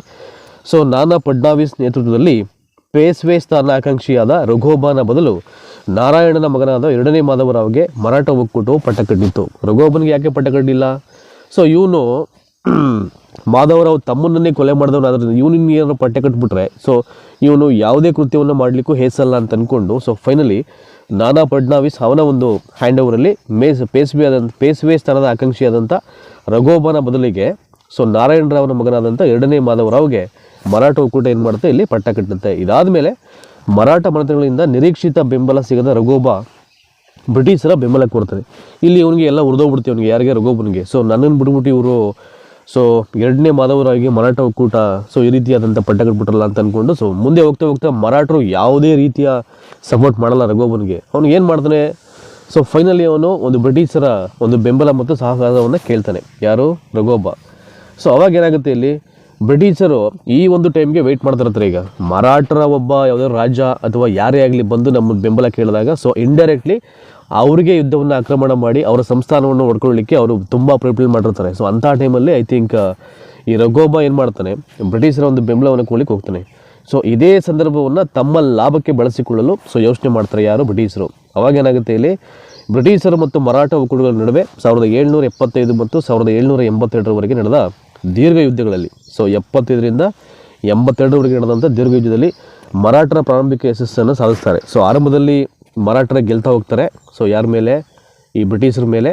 ಸೊ ಆದರೆ ಫೈನಲಿ ಏನಾಗುತ್ತೆ, ಅಂತಿಮವಾಗಿ ಅಹಮದಾಬಾದನ್ನು ಕಳ್ಕೊಳ್ತಾರೆ ಅಂತ. ಸೊ ಫೈನಲಿ ಯಾಕೆಂದರೆ ಅದು ಅಹಮದಾಬಾದ್ ಬಂದು ಮರಾಠರ ಒಂದು ಸಂಸ್ಥಾನವಾಗಿರುತ್ತೆ, ಅದನ್ನೇ ಕಳ್ಕೊಬಿಡ್ತಾರೆ. ಮರಾಠ ಒಕ್ಕೂಟವು ಯುದ್ಧ ಮುಂದುವರಿಸಲಾಗದೆ ಬ್ರಿಟಿಷರೊಂದಿಗೆ ಸಾಲ್ಬಾಯಿ ಒಪ್ಪಂದ, ಇಟ್ ಈಸ್ ವೆರಿ ಇಂಪಾರ್ಟೆಂಟ್. ನನ್ನ ಕರ್ನಾಟಕ ಯುದ್ಧಗಳ ಬಗ್ಗೆ ನಿಮಗೆ ಮಾತಾಡಬೇಕಾದ್ರೆ ಅಲ್ಲೂ ಹೇಳಿದ್ದೆ. ಎಕ್ಸ್ಲಾ ಚಾಪಲ್ ಆಗಿರ್ಬೋದು, ದಟ್ ಈಸ್ ಪ್ಯಾರಿಸ್ ಒಪ್ಪಂದ ಆಗಿರ್ಬೋದು ಅಲ್ವಾ, ಮದ್ರಾಸ್ ಒಪ್ಪಂದ ಆಗಿರ್ಬೋದು, ಇವೆಲ್ಲ ಅಲ್ಲಿ ಬರುತ್ತೆ. ಆ್ಯಂಡ್ ಆಂಗ್ಲೋ ಮರಾಠ ಯುದ್ಧಗಳಲ್ಲೂ ಕೂಡ ಮೊದಲನೇ ಆಂಗ್ಲೋ ಮರಾಠದಲ್ಲಿ ನಡೆದಂಥ ಒಪ್ಪಂದ ಯಾವುದು ಅಂದರೆ ದಟ್ ಈಸ್ ಸಾಲ್ಬಾಯಿ ಒಪ್ಪಂದ ಅಂತ. ಸಾಲ್ಬಾಯಿ ಒಪ್ಪಂದವನ್ನು ಮಾಡಿಕೊಂಡು 2ನೇ ಮಾಧವರಾವ್ನನ್ನು ಪೇಶ್ವೆಯಾಗಿ ನೇಮಿಸಲಾಗುತ್ತೆ ಅಂತ. ನೆಕ್ಸ್ಟ್ ಆಯಿತಾ ನಿಮಗೆ. ಸೊ ಸಾಲ್ಬಾಯಿ ಒಪ್ಪಂದ ಮಾಡಿಕೊಂಡು 2ನೇ ಮಾಧವರಾವ್ನನ್ನು ಪೇಶ್ವೆಯಾಗಿ ಇಲ್ಲಿ ನೇಮಕ ಮಾಡಲಾಗುತ್ತೆ. ಇದು ಸೊ ಮೊದಲನೇ ಆಂಗ್ಲೋ ಮರಾಠ ಯುದ್ಧದ ಒಂದಷ್ಟು ಚಿತ್ರಣ ಇವೆಲ್ಲ, ಅದು ನಿಮಗೆ ನೆನಪಿರಬೇಕು. ಸೊ ನೆಕ್ಸ್ಟ್ ಈಗ and we will go forward. Lord Wellesley ಒಂದು ಪದ್ಧತಿಯನ್ನು ಜಾರಿಗೆ ತರ್ತಾನೆ ಆವಾಗ. ಸೊ ಇದೆಲ್ಲ ಏನಕ್ಕೆ ಅಂದರೆ ಈ ದತ್ತು ಮಕ್ಕಳಿಗೆ ಎಕ್ಕಿಲ್ಲ, ಲಾರ್ಡ್ ಡಾಲ್ಹೌಸಿ ಇದು, ಮತ್ತು ಅದು ಬಿಟ್ಟರೆ ಈ ಸಹಾಯಕ ಸೈನ್ಯ ಪದ್ಧತಿ, ಇವೆಲ್ಲವನ್ನು ಪದ್ಧತಿಯನ್ನು ಹೇರಿ ಹೇಗಾದರೂ ಮಾಡಿ ನಮ್ಮ ಭಾರತೀಯ ಸಂಸ್ಥಾನಗಳನ್ನು ಕಬಳಿಸಬೇಕು, ವಶಪಡಿಸ್ಕೊಳ್ಬೇಕು ಅಂತಕ್ಕಂಥದ್ದು ಪರೋಕ್ಷವಾದಂಥ ತಂತ್ರವಾಗಿರುತ್ತೆ ಅವ್ರದ್ದೆಲ್ಲ ಅಧಿಕಾರಿಗಳದು. ನೋಡೋಣ ಈಗ. ಸೊ 1798ರಿಂದ 1805 ಇವನ ಒಂದು ಅವಧಿ ಒಂದು ಲಾರ್ಡ್ ವೆಲ್ಲೆಸ್ಲಿದು. ನೋಡಿ, ಲಾರ್ಡ್ ವೆಲ್ಲೆಸ್ಲಿದು ಸಹಾಯಕ ಸೈನ್ಯ ಪದ್ಧತಿ, ಲಾರ್ಡ್ ಡಾಲ್ಹೌಸಿದು ಬಂದು ದತ್ತು ಮಕ್ಕಳಿಗೆ ಕಿಲ್ಲಕ್ಕಂಥ ನೀತಿಯನ್ನು ಅವ್ರು ಇಲ್ಲಿ ತರೋದು ಎಲ್ಲ ಹೇಳ್ತೀನಿ ನಾನು ಈಗ ನಿಮಗೆ. ಸೊ ಈಗ ಮೊದಲು ಸಹಾಯಕ ಸೈನ್ಯ ಪದ್ಧತಿ ಏನು ಹೇಳುತ್ತೆ, ಯಾಕೆ ಈ ಒಂದು ಪದ್ಧತಿಯನ್ನು ಜಾರಿಗೆ ತಂದ ಅಂತ ಅವನು Wellesley. Lord Wellesley governor general ಆಗಿ ಬಂದ ನಂತರ ಭಾರತದಲ್ಲಿ ಬ್ರಿಟಿಷರ ಸಾಮ್ರಾಜ್ಯ ವಿಸ್ತರಣೆಯು ದೊಡ್ಡ ಪ್ರಮಾಣದಲ್ಲಾಯಿತು ಅಂತ. ಅಂದರೆ ಅವನು ಅಷ್ಟು ಚಾಕಚಕ್ಯನಾಗಿದೆ. ಅವನು ಹೇಗೆ ಕೆಲವೊಂದು ಟೆಕ್ನಿಕ್ಸು, ತನ್ನ ಬುದ್ಧಿವಂತಿಕೆಯನ್ನು, ಸ್ಕಿಲ್ಲನ್ನು ಯೂಸ್ ಮಾಡಿ ಒಂದೊಂದೇ ಭಾರತದ ಎಲ್ಲ ಸಂಸ್ಥಾನವನ್ನು ವಶಪಡಿಸ್ಕೊಂಡು ತನ್ನ ಸಂಸ್ಥಾನವನ್ನು ಅವನು ವಿಸ್ತರಣೆ ಮಾಡ್ತಾ ಹೋಗ್ತಾ ಇದ್ದ. ಬಟ್ ಅವನು ಸಕ್ಸಸ್ ಆಗ್ತಾನೆ ಅವನು ಇಂಡಿಯಾಗೆ ಬಂದಾಗ. ಸೊ ಒಬ್ಬ ಗವರ್ನರ್ ಜನರಲ್ ಆಗಿ ಇಂಡಿಯಾಗೆ ಬಂದಾಗ ಅವನು. ಸೊ ಇವನ ಆಗಮನದ ಹೊತ್ತಿಗೆ ಬಲಿಷ್ಠ ಮರಾಠ ಮತ್ತು ಮೈಸೂರು ರಾಜ್ಯಗಳು ದುರ್ಬಲಗೊಂಡಿದ್ದು ವಿಸ್ತರಣಾ ನೀತಿಗೆ ಅನುಕೂಲಕರವಾಗಿತ್ತು. ಫಸ್ಟ್ ಎಲ್ಲ ಸ್ಟಡಿ ಮಾಡ್ತಾನೆ, ಮೈಸೂರು ಸಂಸ್ಥಾನದ ಕಥೆ ಏನಾಗಿದೆ, ಸೊ ಮರಾಠ ಸಂಸ್ಥಾನದ ಕಥೆ ಏನಾಗಿದೆ. ಒಂದು ಕಡೆ ಆಂಗ್ಲೋ ಮರಾಠ ಯುದ್ಧಗಳಲ್ಲಿ ಮರಾಠರು ಸೋಲ್ತಾ ಹೋಗ್ತಾ ಇರ್ತಾರೆ, ಒಪ್ಪಂದಗಳಲ್ಲಿ ಮಾಡಿಕೊಂಡು ಹೇಳೋದಿಲ್ಲ ಅವಾಗಲೇ ನಿಮಗೆ. ಮೊದಲನೇ ಆಂಗ್ಲೋ ಮರಾಠ ಯುದ್ಧ ಸಾಲ್ಬಾಯಿ ಒಪ್ಪಂದದೊಂದಿಗೆ ಅದು ಎಂಡ್ ಆಗುತ್ತೆ. ಅಲ್ಲಿ ಅಲಹಾಬಾದ್ ಸಂಸ್ಥಾನವನ್ನು ಬ್ರಿಟಿಷರು ವಶಪಡಿಸ್ಕೊಳ್ತಾರೆ. ಇವೆಲ್ಲ ಮಾಹಿತಿನೇ ಕಲೆ ಆಗ್ತಾನೆ ವೆಲ್ಲೆಸ್ಲಿ. ಅವ್ನಿಗೆ ಈಸಿಯಾಗಿ ಗೊತ್ತಾಗ್ಬಿಡುತ್ತೆ. ಸೊ ಭಾಳ ಸುಲಭವಾಗಿ ನಾನು ನನ್ನ ಸಂಸ್ಥಾನವನ್ನು ವಿಸ್ತರಣೆ ಮಾಡ್ತಾ ಹೋಗ್ಬೋದು ಅಂತ. ಸೊ ಇದಾದ ಮೇಲೆ ಐ ಥಿಂಕ್ ನೋಡಿ, ಇಲ್ಲಿ ಈ ಗುರಿಯನ್ನು ಸಾಧನೆ ಮಾಡಲಿಕ್ಕೆ 3 ವಿಧಾನಗಳನ್ನು ಮಾಡ್ತಾನೆ. ಯಾರು? Lord Wellesley. ಅಂದರೆ ಇಡೀ ಬ್ರಿಟಿಷರ ವಿಸ್ತರಣವನ್ನು ಅವನು ಹಂಗೆ ಮುಂದುವರಿಸ್ಕೊಂಡು ಹೋಗಲಿಕ್ಕೆ ಒಂದು 3 ವಿಧಾನಗಳನ್ನು ಅವನು ಫಾಲೋ ಅಪ್ ಮಾಡ್ತಾನೆ. ಸೊ ಮೊದಲನೇದು ಸಹಾಯಕ ಸೈನ್ಯ ಪದ್ಧತಿ, ಹೊಸ ರಾಜ್ಯಗಳ ಮೇಲೆ ಯುದ್ಧಗಳು ಮತ್ತು ಈಗಾಗಲೇ ಕಂಪನಿಯ ಅಧೀನಕ್ಕೆ ಒಳಪಟ್ಟಿರುವ ರಾಜ್ಯಗಳನ್ನು ನೇರ ನಿಯಂತ್ರಣಕ್ಕೆ ಒಳಪಡಿಸುವುದು ಅಂತ. ನೋಡಿ, ಏನು ಸಹಾಯಕ ಸೈನ್ಯ ಪದ್ಧತಿ ಅಂದರೆ ಹೊಸ ರಾಜ್ಯಗಳ ಮೇಲೆ ಯುದ್ಧಗಳು ಮತ್ತು ಈಗಾಗಲೇ ಕಂಪನಿ ಅಧೀನಕ್ಕೆ ಒಳಪಟ್ಟಿರುವ ರಾಜ್ಯಗಳನ್ನು ನೇರ ನಿಯಂತ್ರಣಕ್ಕೆ ಒಳಪಡಿಸುವುದು ಅಂತ. It is very important concept ಇದು. ನೆಕ್ಸ್ಟ್ ಹಾಗಾದರೆ ಸಹಾಯಕ ಸೈನ್ಯ ಪದ್ಧತಿ ಅಂತ ಇಲ್ಲಿ ನಿಮಗೆ ಮತ್ತಷ್ಟು ವಿಷಯಗಳಿದೆ. ಏನಂಗಂದರೆ ಅಂತ, ಭಾರತೀಯ ರಾಜ್ಯಗಳನ್ನು ನಿಯಂತ್ರಣಕ್ಕೆ ಒಳಪಡಿಸಿಕೊಳ್ಳುವ ಸಲುವಾಗಿ ಸಹಾಯಕ ಸೈನ್ಯ ಪದ್ಧತಿ ಎಂಬ ನೀತಿಯನ್ನು ವೆಲ್ಲೆಸ್ಲಿ 1798ರಲ್ಲಿ ಜಾರಿಗೆ ತರ್ತಾನೆ. ನೋಡಿ, ಏನಕ್ಕೆ ತರೋದಿನ, ಭಾರತೀಯ ರಾಜ್ಯಗಳನ್ನು ನಿಯಂತ್ರಣಕ್ಕೆ ಒಳಪಡಿಸಿಕೊಳ್ಳುವ ಸಲುವಾಗಿ ಅಂತ, ಕಂಟ್ರೋಲ್ ತಗೊಳ್ಳೋಕ್ಕೆ. ನಮ್ಮ ಇಂಡಿಯನ್ದು ಏನು ಸಂಸ್ಥಾನ ಇರುತ್ತೆ ಆಗಿನ ಕಾಲಘಟ್ಟದಲ್ಲಿ ಅವುಗಳ ಮೇಲೆ ಅಧಿಕಾರವನ್ನು ಸ್ಥಾಪನೆ ಮಾಡಲಿಕ್ಕೆ, ನಿಯಂತ್ರಣ ಮಾಡಲಿಕ್ಕೆ ಅಥವಾ ಒಳಪಡಿಸ್ಕೊಳ್ಳಿಕ್ಕೆ, ತನ್ನ ಸಂಸ್ಥಾನಕ್ಕೆ ಒಳಪಡಿಸ್ಕೊಳ್ಳಿಕ್ಕೆ ಜಾರಿಗೆ ತಂದಂಥ ಒಂದು ಪದ್ಧತಿಯನ್ನು ಇಲ್ಲಿ ಸಹಾಯಕ ಸೈನ್ಯ ಪದ್ಧತಿ ಅಂತ ಕರೆಯೋದು. 1798ರಲ್ಲಿ ಈತ ಜಾರಿಗೆ ತರೋದು.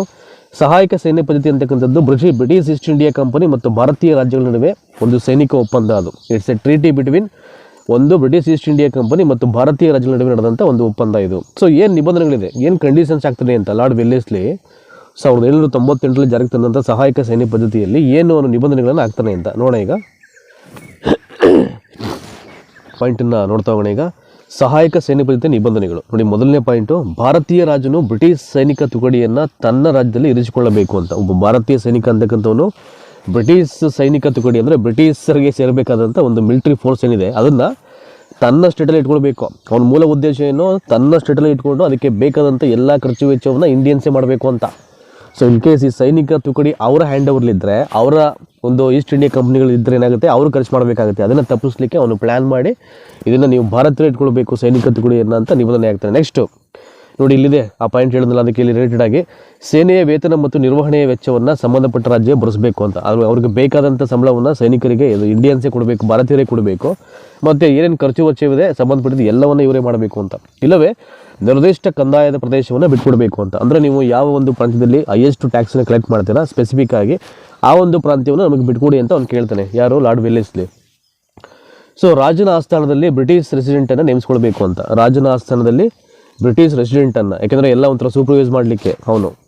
ಸೊ ಬ್ರಿಟಿಷರ ಅನುಮತಿ ಇಲ್ಲದೆ ಆಸ್ಥಾನದಲ್ಲಿ ಯಾವುದೇ ಯುರೋಪಿಯನ್ನರನ್ನು ನೇಮಿಸಿಕೊಳ್ಳುವಂತಿಲ್ಲ ಅಂತ. ಯಾಕೆಂದರೆ ಅಲ್ಲಿಗೆ ಸೊ ಇವ್ರಿಗೆ ಏನಾಗುತ್ತೆ ಅಲ್ಲಿ ಇವರಿಗೆ ಯುರೋಪರ್ ಕಂಡ್ರೆ ಅವ್ನಿಗೆ ಆಗ್ತಾರಲ್ಲ ಯಾರಿಗೆ ಬ್ರಿಟಿಷರಿಗೆ, ಅದರಲ್ಲೂ ಲಾರ್ಡ್ ವೆಲ್ಲೆಸ್ಲಿಗಂತೂ ಯುರೋಪಿಯನ್ಸ್ ಅಂದರೆ ಅವ್ನಿಗೆ ಆಗ್ತಾ ಇರಲ್ಲ. ಹಾಗಾಗಿ ಅವನು ಸಹಾಯಕ ಸೇನೆ ಪದ್ಧತಿ ಒಂದು ಭಾಳ ಪ್ರಮುಖವಾದಂಥ ನಿಬಂಧನೆ ಕಂಡೀಷನ್ ಹಾಕುವಂಥದ್ದು ಇದನ್ನು. ಸೊ ನಮ್ಮ ಅನುಮತಿ ಇಲ್ಲದೆ ನೀವು ಯಾವುದೇ ಕಾರಣಕ್ಕೂ ನಿಮ್ಮ ಆಸ್ಥಾನದಲ್ಲಿ ಯಾವುದೇ ಯುರೋಪಿಯನ್ನ ಇಲ್ಲಿ ನೇಮಿಸ್ಕೊಳ್ಳಂಗಿಲ್ಲ ಅಂತ ಭಾಳ ಕಟ್ಟುನಿಟ್ಟಾಗಿ ಈ ಒಂದು ನಿಬಂಧನೆಯನ್ನು ಅಲ್ಲಿ ಅವನು ಹೇರ್ತಾನೆ. ಇನ್ನೊಂದು 5ನೇ ಒಂದು ಕಂಡೀಷನ್ ಇದೆ ನೋಡಿ, ಇನ್ನೂ ಸಾಕಷ್ಟು ಕಂಡೀಷನ್ಗಳಿವೆ ಇಲ್ಲಿ. ಸೊ 5ನೇದು ಬಂದು ಭಾರತದ ಯಾವುದೇ ರಾಜ್ಯಗಳೊಂದಿಗೆ ಯುದ್ಧ ಅಥವಾ ಸಂಧಾನ ಮಾಡಿಕೊಳ್ಳಬೇಕಾದರೆ ಗವರ್ನರ್ ಜನರಲ್ ಸಮ್ಮತಿ ಬೇಕು. ಅಂದರೆ ಲಾರ್ಡ್ ವೆಲ್ಲೆಸ್ಲಿ ನನ್ನನ್ನು ಕೇಳ್ಬಿಟ್ಟು ನೀವು ಯುದ್ಧ ಮಾಡೋದಾಗಲಿ ಬೇರೆ ರಾಜ್ಯಗಳ ಮೇಲೆ ಅಥವಾ ಒಪ್ಪಂದ ಮಾಡೋದಾಗಲಿ ನೀವು ಏನೇ ಮಾಡಬೇಕಾದ್ರೂ ಆ್ಯಂಡ್ ಬಿಫೋರ್ ದಟ್ ನನ್ನ ಒಂದು ಅನುಮತಿನ ಪಡ್ಕೊಳ್ಬೇಕು ಅಂತ ಹೇಳ್ತಾನೆ ಅವನು. ಸೊ ಇದಕ್ಕೆ ಪ್ರತಿಯಾಗಿ ಕಂಪನಿಯು ರಾಜ್ಯಕ್ಕೆ ಆಂತರಿಕ ಮತ್ತು ಬಾಹ್ಯ ರಕ್ಷಣೆಯನ್ನು ಒದಗಿಸುವುದು ಅಂತ. ಸೊ ಯುದ್ಧವನ್ನು ಮಾಡಬೇಕಾದ್ರೆ ಒಂದು ಐ ಥಿಂಕ್ ಆ ಕಂಪ್ನಿಗೆ ಆಂತರಿಕವಾಗಿ ಮತ್ತು ಬಾಹ್ಯವಾಗಿ ನೀವೇನು ಮಾಡಬೇಕು, ರಕ್ಷಣೆಯನ್ನು ಕೊಡಬೇಕು ಅಂತ, ಪ್ರೊಟೆಕ್ಷನ್ ಮಾಡಬೇಕು ಅಂತ ಹೇಳ್ತಾನೆ. ಸೊ ಇಲ್ಲಿ ಈ ಪ್ಯಾರಾಗ್ರಾಫಲ್ಲಿ ಸೊ ಈಗೇನು ಒಂದು ನೀತಿ ಇದೆ ಸಹಾಯಕ ಸೈನ್ಯ ಪದ್ಧತಿಯ ನೀತಿ, ಈ ನೀತಿಯಿಂದ ಬ್ರಿಟಿಷರ ಸೈನಿಕ ನಿರ್ವಹಣೆ ಸುಲಭವಾಗುತ್ತೆ ಮತ್ತು ಭಾರತೀಯ ರಾಜ್ಯಗಳನ್ನು ನಿಯಂತ್ರಣದಲ್ಲಿಡಲಿಕ್ಕೆ ಸಾಧ್ಯವಾಗುತ್ತೆ. ಸೊ ಭಾರತೀಯ ರಾಜ್ಯಗಳನ್ನು ಆರ್ಥಿಕವಾಗಿ ತೀವ್ರ ಶೋಷಣೆಗೆ ಗುರಿಪಡಿಸಲಾಗುತ್ತೆ. ಇವೆಲ್ಲ ಪ್ರೀ ಪ್ಲ್ಯಾನು ಲಾರ್ಡ್ ವೆಲ್ಲೆಸ್ಲಿ ಭಾಳ ಚೆನ್ನಾಗಿ ಮಾಡಿರ್ತಾನೆ ಅವನು. ಸೊ ಹೆಂಗೆ ನಮ್ಮ ಭಾರತೀಯ ಸಂಸ್ಥಾನವನ್ನು ಪ್ರಾಂತ್ಯವನ್ನು ನಮ್ಮ ಕಂಟ್ರೋಲ್ ತಗೊಳ್ಬೇಕು, ಅವ್ರ ಕೈಯಿಂದಲೇ ನಮ್ಮ ಸೈನಿಕ ತುಕಡಿಗೆ ಬೇಕಾದ ಸಂಬಳವನ್ನು ಕೊಡಿಸಬೇಕು, ಅವ್ರ ಕೈಯಿಂದಲೇ ಎಕ್ಸ್ಪೆಂಡಿಚರ್ ಮಾಡಿಸ್ಬೇಕು, ಇವೆಲ್ಲ ಪ್ರೀ ಪ್ಲ್ಯಾನ್ಸು ಚೆನ್ನಾಗಿ ಮಾಡಿರ್ತಾನೆ ಅವನು. ಸೊ ಈ ಒಪ್ಪಂದಕ್ಕೆ, ಈ ಸಹಾಯಕ ಸೈನ್ಯ ಪದ್ಧತಿ ಅಂತಕ್ಕಂಥ ಒಪ್ಪಂದಕ್ಕೆ ಮೊದಲು ಸಿಗ್ನೇಚರ್ ಆಗ್ತಂಥ ಅಥವಾ ಸಹಿ ಮಾಡಿದಂಥ ಮೊದಲನೇ ರಾಜ್ಯ ಯಾವುದಪ್ಪ ಅಂದರೆ ಹೈದರಾಬಾದ್ ಸಂಸ್ಥಾನ. ಇದು ಕೇಳ್ತಾರೆ, ಸಹಾಯಕ ಸೈನ್ಯ ಪದ್ಧತಿಗೆ ಸಹಿ ಹಾಕಿದ ಮೊದಲ ಸಂಸ್ಥಾನ ಅಥವಾ ಮೊದಲ ರಾಜ್ಯ ಯಾವುದಪ್ಪ ಅಂದರೆ ಅದು ಹೈದರಾಬಾದ್ ಸಂಸ್ಥಾನ. ಇದಾದ ಮೇಲೆ ಹಲವಾರು ಪ್ರಾಂತ್ಯಗಳು ಈ ಸಹಾಯಕ ಸೈನ್ಯ ಪದ್ಧತಿಗೆ ಒಪ್ಪಂದಕ್ಕೆ ಒಳಪಡ್ತವೆ. ಮೈಸೂರು, ಔಧ್, ತಂಜಾವೂರು, ಮರಾಠ, ಆರ್ಕಾಟು, ಪೂನಾ, ಪಿರಾರು, ಗ್ವಾಲಿಯರು ಮೊದಲಾದ ರಾಜ್ಯಗಳು ಈ ಒಪ್ಪಂದಕ್ಕೆ ಒಳಪಡ್ತವೆ. ಸೊ ನೋಡಿ, ಈಗ ಮೊದಲನೇ ಆಂಗ್ಲೋ ಮರಾಠ ಯುದ್ಧದಲ್ಲಿ ಈ ಸಹಾಯಕ ಸೈನ್ಯ ಪದ್ಧತಿ ಬರುತ್ತೆ. ಮತ್ತು ಅಲ್ಲಿ 3 ಸಂಸ್ಥಾನಗಳ ಒಂದು ಪ್ರಾಬಲ್ಯವನ್ನು ಹತ್ತಿಕ್ಕಲಿಕ್ಕೆ ನಡೆದಂಥ ಯುದ್ಧ ಅದು. ಯಾವುದು ಸಾಲ್ಬಾಯಿ ಒಪ್ಪಂದದೊಂದಿಗೆ ಅದು ಕೊನೆಯಾಗುತ್ತೆ. ಮತ್ತು ಫೈನಲಿ ಅಹಮದಾಬಾದ್ ಅಂತಕ್ಕಂಥ ಒಂದು ಪ್ರಾಂತ್ಯ ಬ್ರಿಟಿಷರಿಗೆ ಹೋಗುತ್ತೆ ಅದು. ಸೊ ಇದಿಷ್ಟು ಮೊದಲನೇ ಆಂಗ್ಲೋ ಮರಾಠ ಯುದ್ಧಗಳು. ನೆಕ್ಸ್ಟು 2ನೇ ಆಂಗ್ಲೋ ಮರಾಠ ಯುದ್ಧ ನೋಡೋಣ. ಈಗ ಇಲ್ಲಿ ಯಾವೆಲ್ಲ ವಿಚಾರಗಳು ಇಲ್ಲಿ ಕಡೆಯಿಂದ ಇಲ್ಲಿ ನೋಡಿ, 1803ರಿಂದ 1805 ಅಂದರೆ 2 ವರ್ಷಗಳ ಕಾಲ, 1803ರಿಂದ 1805 ತನಕ 2ನೇ ಆಂಗ್ಲೋ ಮರಾಠ ಯುದ್ಧ ನಡೆಯುತ್ತೆ ಇಲ್ಲಿ. ಸೊ ಮರಾಠ ಮನೆತನಗಳ ನಾಯಕರ ನಡುವಿನ ಸಂಘರ್ಷವೇ ಯುದ್ಧಕ್ಕೆ ಕಾರಣ ಆಗುತ್ತೆ. ಮರಾಠ ಮನೆತನಗಳ ನಾಯಕರ ನಡುವಿನ ಸಂಘರ್ಷ. ಸೊ ಏನು ಅರ್ಥ ಆಗುತ್ತೆ ನಿಮಗೆ, ಅವರಲ್ಲೇ ಇದ್ದಂತೆ ಕೆಲವೊಂದು ಮಿಸ್ಅಂಡರ್ಸ್ಟ್ಯಾಂಡಿಂಗ್ಸು ಮತ್ತು ಕ್ಲಾಸಸ್ಸು.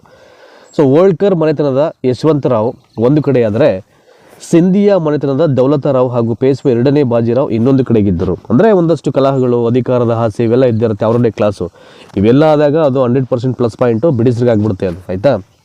1802ರಲ್ಲಿ ಹೋಳ್ಕರ್ ಸೈನ್ಯ ಸಿಂಧಿಯಾ ಮತ್ತು ಪೇಶ್ವೆಯ ಸೈನ್ಯವನ್ನು ಸೋಲಿಸುತ್ತೆ. ನೋಡಿ, ಯಾವಾಗ 1802ರಲ್ಲಿ ಹೋಳ್ಕರ್ ಸೈನ್ಯವು ಸಿಂಧಿಯಾ ಮತ್ತು ಪೇಶ್ವೆಯ ಸೈನ್ಯವನ್ನು ಸೋಲಿಸುತ್ತೆ. ಪೇಶ್ವೆ ಬ್ರಿಟಿಷರ ಸಹಾಯವನ್ನು ಎಸ್ತಾನೆ, ಆಯಿತಾ. ಯಾವಾಗ ಪೇಶ್ವೆ ಸೋತ್ಬಿಡ್ತಾನೆ, ಸೊ ಹೋಳ್ಕರ್ ಮನೆತನದ ವಿರುದ್ಧವಾಗಿ, ಅಂದರೆ ಅದೇ ಮರಾಠ ಮನೆತನದವನು ಸೇರಿದವನು, ಆದರೂ ಕೂಡ ಸೋದಾಗ ಏನಾಗುತ್ತೆ, ಅವನು ಬ್ರಿಟಿಷರ ಬೆಂಬಲವನ್ನು ಕೋರ್ತಾನೆ. And at the same time ಬ್ರಿಟಿಷರಿಗೆ ಇದಕ್ಕೋಸ್ಕರ ವೆಯ್ಟ್ ಮಾಡ್ತಾ ಇರ್ತಾರೆ ಅವರು, ಜಾತಕ ಪಕ್ಷಿಯ ಹಾಗೆ. ಅವ್ರು ಯಾರಾದರೂ ಬಂದರೆ ಪರೋಕ್ಷವಾಗಿ ಅವರನ್ನೇ ಹೊಡೆದಾಕ್ಬೋದು ಅಂತಕ್ಕಂಥ ಟೆಕ್ನಿಕ್ ಅವರು ಮುಂಚೆನೇ ಪ್ಲ್ಯಾನ್ ಮಾಡಿರ್ತಾರೆ ಈಗ. ಸೊ ಲಾರ್ಡ್ ವೆಲ್ಲೆಸ್ಲಿಗೆ ಮರಾಠರ ಆಂತರಿಕ ವಿಚಾರದಲ್ಲಿ ಪ್ರವೇಶ ಮಾಡಲಿಕ್ಕೆ ಅವಕಾಶ ಸಿಗುತ್ತೆ. ಯಾವಾಗ ಪೇಶ್ವೆ ಬ್ರಿಟಿಷರ ಸಹಾಯವನ್ನು ಕೇಳ್ತಾನೋ ಆವಾಗ ಅವರ ಒಂದು ಆಂತರಿಕ ವ್ಯವಹಾರಗಳಲ್ಲಿ ಕೈ ಹಾಕಲೇಬೇಕು ಅಂತಕ್ಕಂಥ ಒಂದು ಪ್ರಯತ್ನ ಮಾಡ್ತಾನೆ ಅವನು. ಸೊ ಅದಾದಮೇಲೆ ಪೇಶ್ವೆ ಬೆಸ್ಸಿನ್ ಒಪ್ಪಂದಕ್ಕೆ ಸಹಿ ಹಾಕುವ ಮೂಲಕ ಸಹಾಯಕ ಸೈನ್ಯ ಪದ್ಧತಿಯನ್ನು ಒಪ್ಕೊಳ್ತಾನೆ. ನಿಮಗೆಲ್ಲ ಗೊತ್ತಿದೆಯಲ್ಲ, ಸಹಾಯಕ ಸೈನ್ಯ ಪದ್ಧತಿ ಅಂದ್ರೇನು, ಬೇರೆ ರಾಜ್ಯಗಳನ್ನು, ಭಾರತೀಯ ರಾಜ್ಯಗಳನ್ನು ನಿಯಂತ್ರಣಕ್ಕೆ ಒಳಪಡಿಸ್ಕೊಳ್ಳೋದು ಅಂತ. ನಿಮಗೆಲ್ಲ ಗೊತ್ತಿದೆಯಲ್ಲಪ್ಪ, ನಿಮಗೆ ಸಿಂಪಲಾಗಿ ಹೇಳಬೇಕು ಅಂದರೆ. ಸೊ ಆ ಪೇಶ್ವೆ ಏನು ಮಾಡ್ತಾನೆ, ಯಾವಾಗ ವೆಲ್ಲೆಸ್ಲಿ ಸಹಾಯ ಕೇಳ್ತಾನೆ ಆವಾಗ ಅವನು ಸಹಾಯಕ ಸೈನ್ಯ ಪದ್ಧತಿಗೆ ನೀನು ಸೈನ್ ಮಾಡುವಂತ ಅವನು ಮಾಡ್ತಾನೆ ಅವನ ಕೈಲಿ. ಸೊ ಪೇಶ್ವೆ ಸಹಾಯಕ ಸೈನ್ಯ ಪದ್ಧತಿಯನ್ನು ಒಪ್ಪಿದ್ದನ್ನು ವಿರೋಧಿಸಿ ಹೋಳ್ಕರ್ರು, ಬೋನ್ಸ್ಲೆ, ಸಿಂಧಿಯಾ ಮೊದಲಾದ ಮರಾಠ ಮನೆತನಗಳು ಒಗ್ಗೂಡ್ತವೆ. ಸೊ ನೀನು ಮಾಡೋದು ತಪ್ಪು ಅಂತ ಅವ್ರಿಗೆ ಗೊತ್ತಾಗ್ಬಿಡುತ್ತೆ ಅವ್ರಿಗೆ. ಯಾಕೆ, ಅವರ ಸಂಸ್ಥಾನಕ್ಕೆ ಕೂತು ಬರುತ್ತೆ ಅದು. ಅವನಾಗ್ತಂಥ ಒಂದು ಸಹಾಯಕ ಸೈನ್ಯ ಪದ್ಧತಿಯನ್ನು ಏನು ಒಪ್ಕೊಂಡ ಅವನು, ಅದರ ಎಲ್ಲ ನಿಬಂಧನೆಗಳು ಈಗಾಗಲೇ ಅವರಿಗೆಲ್ಲ ಗೊತ್ತಿರುತ್ತೆ.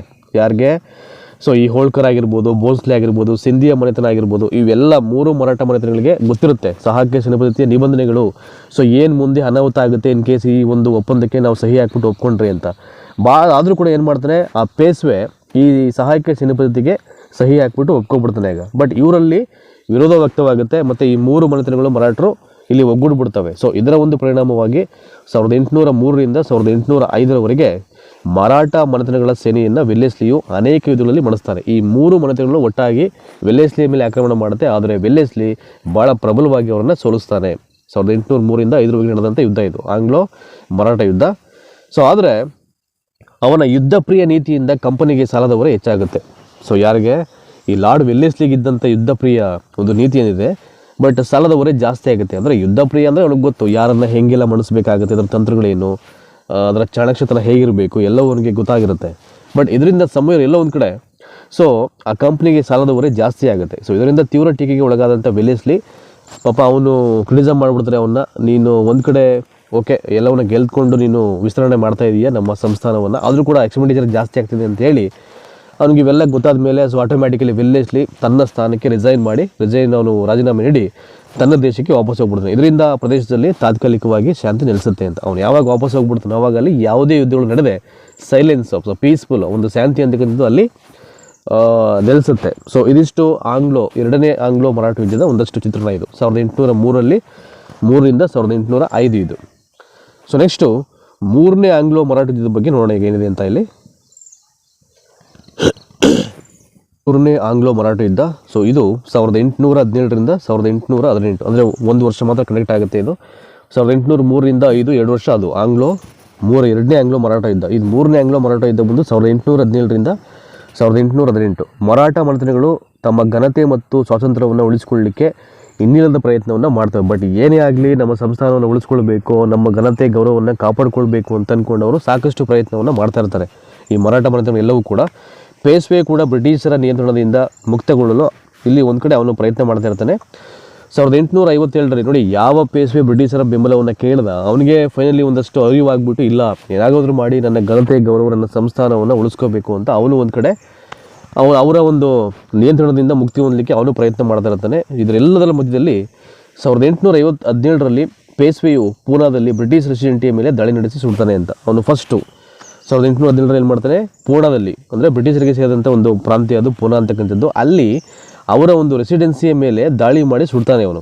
ನಾಗಪುರದ ಅಪ್ಪ ಸಾಹೇಬ್ ಮತ್ತು ಮಲಾರಾ ರಾವ್ ಹೋಳ್ಕರ್ ಕೂಡ ಬ್ರಿಟಿಷರ ವಿರುದ್ಧ ದಂಗೆ ಎದ್ದು ಸೋಲ್ತಾರೆ. ಬಟ್ ಎಲ್ಲ ದಂಗೆ ಹೇಳ್ತಾರೆ ಪಾಪ, ಸೋಲು ಗೆಲುವು ನೆಕ್ಸ್ಟ್ ಅದು. ಬಟ್ ಸಂಸ್ಥಾನವನ್ನು ಉಳಿಸ್ಕೊಳ್ತಕ್ಕಂಥ ನಿಟ್ಟಲ್ಲಿ ಅವರು ಹೋರಾಟವನ್ನು ಅಲ್ಲಿ ಮಾಡಲೇಬೇಕಾಗುತ್ತೆ. ಅದು ಮಾಡಿ ಸೋಲ್ತಾ ಹೋಗ್ತಾರೆ ಅವರು ಮರಾಠ ಮನೆತನರು. ಅಂತಿಮವಾಗಿ ಪೇಶ್ವೆ ಎರಡನೇ ಬಾಜಿರಾಯನು ಬ್ರಿಟಿಷರ ವಿರುದ್ಧ 1818ರಲ್ಲಿ ಕೋರೆಗಾಂವ್ ಮತ್ತು ಅಸ್ಟಿ ಯುದ್ಧಗಳಲ್ಲಿ ಸೋಲ್ತಾನೆ. It is very important. So Peshwa ಎರಡನೇ ಬಾಜಿರಾಯನು ಸೋತಂಥ ಕೊನೆಯ ಒಂದು ಮೂಮೆಂಟ್ ಇದು. 1818ರಲ್ಲಿ ಕೋರೆಗಾಂವ್ ಮತ್ತು ಅಸ್ಟಿ ಯುದ್ಧಗಳಲ್ಲಿ ಸೋತು ಶರಣಾಗ್ತಾನೆ. ಬೇರೆ ದಾರಿ ಇಲ್ಲ ಅವನಿಗೆ. ಬ್ರಿಟಿಷರು ಪೇಶ್ವೆ ಪದವಿಯನ್ನು ರದ್ದುಗೊಳಿಸಿ ಬಾಜಿರಾಯನಿಗೆ ವಿಶ್ರಾಂತಿ ವೇತನವನ್ನು ನೀಡ್ತಾರೆ. ನೀನು ಸುಮ್ಮನೆ ಸೈಲೆಂಟಾಗಿ ಇದ್ಬಿಡಪ್ಪ ಒಂದಷ್ಟು ವರ್ಷ ಅಂದ್ಬಿಟ್ಟು ಅವನಿಗೆ ವಿಶ್ರಾಂತಿ ವೇತನ ನೀಡ್ತಾರೆ. ಬದಲಿಗೆ ಶಿವಾಜಿಯ ವಂಶಸ್ಥ ಪ್ರತಾಪ ಸಿಂಹನನ್ನು ಸಣ್ಣ ರಾಜ್ಯ ಸತಾರದಲ್ಲಿ ಪ್ರತಿಷ್ಠಾಪನೆ ಮಾಡಿ ಮರಾಠರ ಸಾಂಪ್ರದಾಯಿಕ ಮುಖಂಡನಾಗಿಸುವ ಮೂಲಕ ಮರಾಠರ ಪ್ರತಿರೋಧವನ್ನು ನಿಗ್ರಹಿಸ್ತಾರೆ. ಸೊ ಫೈನಲಿ ಯಾರಿಗೆ ಪಟ್ಟ ಕಟ್ತಾರೆ ಅವರು, ಶಿವಾಜಿಯ ವಂಶಸ್ಥ ಪ್ರತಾಪ ಸಿಂಹನನ್ನು ಸಣ್ಣ ರಾಜ್ಯವಾದಂಥ ಸತಾರದಲ್ಲಿ ಪ್ರತಿಷ್ಠಾಪಿಸಿ ಮರಾಠರ ಸಾಂಪ್ರದಾಯಿಕ ಮುಖಂಡನಾಗಿಸುವ ಮೂಲಕ ಮರಾಠರ ಪ್ರತಿರೋಧವನ್ನು ಅವರು ನಿಗ್ರಹಿಸ್ತಾರೆ. ಅವರಿಗೆಲ್ಲ ಗೊತ್ತಿರುತ್ತೆ ಯಾವ ರೀತಿ ಅವರೆಲ್ಲರ ಒಂದು ಪ್ರತಿರೋಧವನ್ನು ಕಂಟ್ರೋಲ್ ಮಾಡಬೇಕು ಅಂತ. ಆಯಿತಾ. ಇದು ಆಂಗ್ಲೋ ಮರಾಠ ಯುದ್ಧ 1817ರಿಂದ 1818. ಇನ್ನು ಅದು ಬಿಟ್ಟರೆ ಆಂಗ್ಲೋ ಸಿಖ್ ಯುದ್ಧಗಳಿದೆ. ಈಗ ಆಂಗ್ಲೋ ಸಿಖ್ ಯುದ್ಧಗಳ ಕಡೆ ಒಂದು ಕಡೆಯಿಂದ ಕ್ವಿಕ್ಕಾಗಿ ನೋಡೋಣ ಎಲ್ಲವನ್ನ. ಈಗ ನಿಮಗೆ 3 ಆಂಗ್ಲೋ ಮರಾಠ ಯುದ್ಧಗಳ ಬಗ್ಗೆ ನಿಮ್ಗೆ ಗೊತ್ತಾಗಿದೆ ಈಗ. ಸೊ ಬ್ರಿಟಿಷ್ ಅಧಿಕಾರದ ಕ್ರೋಢೀಕರಣ ಅಂತ. ಸೊ ಅವರ ವಿಸ್ತರಣಾ ನೀತಿ ಹಾಗೆ ಮುಂದುವರಿತಾ ಹೋಗುತ್ತೆ. ಅವರ ಅಧಿಕಾರ ಕೂಡ ತಮ್ಮ ಸಂಸ್ಥಾನಕ್ಕೆ ಕ್ರೋಢೀಕೃತವಾಗಿ ಅಥವಾ ಕ್ರೋಢೀಕರಣವಾಗಿ ಅದು ಹೋಗ್ತಾ ಹೋಗುತ್ತೆ. ಅದು ನೋಡಿ 1818ರಿಂದ 1857 ತನಕ ಅಖಂಡ ಭಾರತವನ್ನು ಗೆಲ್ತಕ್ಕಂಥ ಕಾರ್ಯವನ್ನು ಇವರು ಪೂರ್ಣ ಪ್ರಮಾಣದಲ್ಲಿ ಅದನ್ನು ಸಕ್ಸಸ್ ಮಾಡ್ತಾರೆ. ಯಾರೋ ಬ್ರಿಟಿಷರು ಇಡೀ ಅಖಂಡ ಭಾರತವನ್ನು. ಸೊ ಏನೆಲ್ಲ ಸಂಸ್ಥಾನವನ್ನು ವಶಪಡಿಸ್ಕೊಳ್ಬೇಕು ಅಂತ ಅವ್ರ ಪ್ಲ್ಯಾನ್ಸ್ ಇತ್ತು ಎಲ್ಲವೂ ಕೂಡ ಅದು ಸಕ್ಸಸ್ ಆಗ್ತಾ ಹೋಗುತ್ತೆ. 1857 ಹೊತ್ತಿಗೆ ಎಲ್ಲವೂ ಕೂಡ ಅವ್ರ ಹ್ಯಾಂಡ್ ಅವ್ರಿಗೆ ಬರುತ್ತೆ. ಈ ಅವಧಿಯಲ್ಲಿ ನೋಡಿ ಯಾವುದು ಪಂಜಾಬು, ಸಿಂಧು, ಹೌದು ಮೊದಲಾದ ಪ್ರಮುಖ ರಾಜ್ಯಗಳಲ್ಲದೆ ಅನೇಕ ಸಣ್ಣ ಪುಟ್ಟ ರಾಜ್ಯಗಳನ್ನು ಆಕ್ರಮಿಸ್ತಾರೆ. ಸೊ ಇಲ್ಲಿ ಆಂಗ್ಲೋ ಸಿಖ್ ಯುದ್ಧಗಳು ಇಲ್ಲಿ ಸ್ಟಾರ್ಟ್ ಆಗುತ್ತೆ ಇಲ್ಲಿಂದ. ಸೊ ಅಲ್ಲಿ ನಾನೇನಾಯಿತು, ಮರಾಠ ಮನೆತನಗಳ ಪ್ರಾಬಲ್ಯವನ್ನು ಹತ್ತಿಕ್ಕಲಿಕ್ಕೆ ನಡೆದಂಥ ಯುದ್ಧಗಳು ಮರಾಠ ಯುದ್ಧಗಳು. ಈಗ ಸಿಖ್ ಸಮುದಾಯ, ಸೊ ಇಲ್ಲೂ ಕೂಡ ಇವರು ರಣಜಿತ್ ಸಿಂಗ್ ಏನು ಮಾಡ್ತಾನೆ, ತನ್ನ ಅಧಿಕಾರವನ್ನು ಹೇರಲಿಕ್ಕೆ ಪ್ರಬಲವಾಗಿ ತನ್ನ ಒಂದು ಸೈನ್ಯವನ್ನು ನಿರ್ಮಾಣ ಮಾಡಿದ್ದಾನೆ. ಅವನ ಉದ್ದೇಶ ಏನು, ತನ್ನ ಸಂಸ್ಥಾನವನ್ನು ಪ್ರೊಟೆಕ್ಟ್ ಮಾಡ್ಕೊಳ್ಳಿಕ್ಕೆ ಅವನು ಒಂದು ಟೀಮನ್ನು ರೆಡಿ ಮಾಡ್ತಾನೆ ರಣಜಿತ್ ಸಿಂಗ್. ಅದನ್ನು ಹತ್ತಿಕ್ಕಲಿಕ್ಕೆ ಇವರು ಬ್ರಿಟಿಷರು ಇಲ್ಲಿ ಆಕ್ರಮಣ ಮಾಡ್ತಾರೆ. ಅದನ್ನೇ ಇಲ್ಲಿ ಆಂಗ್ಲೋ ಸಿಖ್ ಯುದ್ಧಗಳು ಅಂತ ಕರೀತಾರೆ. ನೋಡೋಣ ಇದರ ಬ್ಯಾಕ್ಗ್ರೌಂಡು ಹೇಗೆಲ್ಲ ಹಿನ್ನೆಲೆ ಮತ್ತು ಚಿತ್ರಣ ಏನಿರುತ್ತೆ ಅಂತ ಇಲ್ಲಿ. ಸೊ ಆಂಗ್ಲೋ ಸಿಖ್ ಯುದ್ಧಗಳು 1839ರಲ್ಲಿ. ಸೊ ರಣಜಿತ್ ಸಿಂಗನು ಮರಣ ಹೊಂದಿದ ನಂತರ ಪಂಜಾಬಿನಲ್ಲಿ ರಾಜಕೀಯ ಅರಾಜಕತೆ ತಲೆ ಎತ್ತಿದ್ರು. ನೋಡಿ ರಣಜಿತ್ ಸಿಂಗ್ ಇರೋವರೆಗೂ ಸಮಸ್ಯೆ ಆಗಲ್ಲ, ಯಾರು ಕೂಡ ಆಕ್ರಮಣ ಮಾಡಲಿಕ್ಕೆ ಆಗಲ್ಲ ಆ ಒಂದು ಸಂಸಾರದ ಮೇಲೆ. ಸೊ ರಣಜಿತ್ ಸಿಂಗು ಸತ್ತ ನಂತರದಲ್ಲಿ, ಅವನ ಮರಣ ಹೊಂದಿದ ನಂತರದಲ್ಲಿ ಪಂಜಾಬಲ್ಲಿ ರಾಜಕೀಯ ಸ್ಥಿರತೆ ಇರುತ್ತೆ. ಸೊ ಅರಾಜಕತೆ ಇರುತ್ತೆ. ಇದೇ ಬೇಕಾಗಿರುತ್ತೆ ಬ್ರಿಟಿಷರಿಗೆ, ಎಲ್ಲೆಲ್ಲಿ ಸ್ಥಿರತೆ, ಅರಾಜಕತೆ ಮತ್ತು ಯಾವ ಸಂಸ್ಥಾನಗಳು ವೀಕ್ ಇದ್ದಾವೆ ಅದನ್ನು ಟಾರ್ಗೆಟ್ ಮಾಡ್ತಾ ಇದ್ದೀವಿಲ್ಲ. 1809 ನಿರಂತರ ಮೈತ್ರಿ ಒಪ್ಪಂದವನ್ನು ಉಲ್ಲಂಘಿಸಿ ಪಂಜಾಬನ್ನು ಆಕ್ರಮಿಸಲು ಬ್ರಿಟಿಷರು ಸಂಚು ರೂಪಿಸಿದರು ಅಂತ.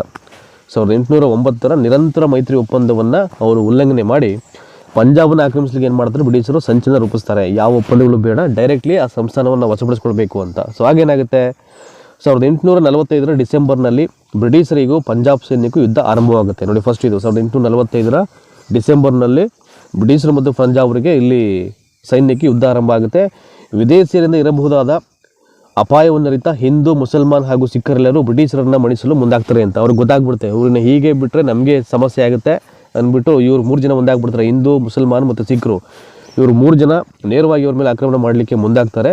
ಅಂತಿಮವಾಗಿ ಕೆಲವು ದೇಶದ್ರೋಹಿ ನಾಯಕರಿಂದ ಸೋಲಪ್ಪಬೇಕಾಯಿತು. ದೇಶದ್ರೋಹಿ ನಾಯಕರು ಅಂದ್ರೆ ಏನು, ಯಾರ ವಿರುದ್ಧವಾಗಿ ಯುದ್ಧವನ್ನು ಮಾಡಬೇಕಿತ್ತು ಅವರೇ ಪರೋಕ್ಷವಾಗಿ ಅವರಿಗೆ ಸಪೋರ್ಟ್ ಮಾಡೋದು ಅಂತ.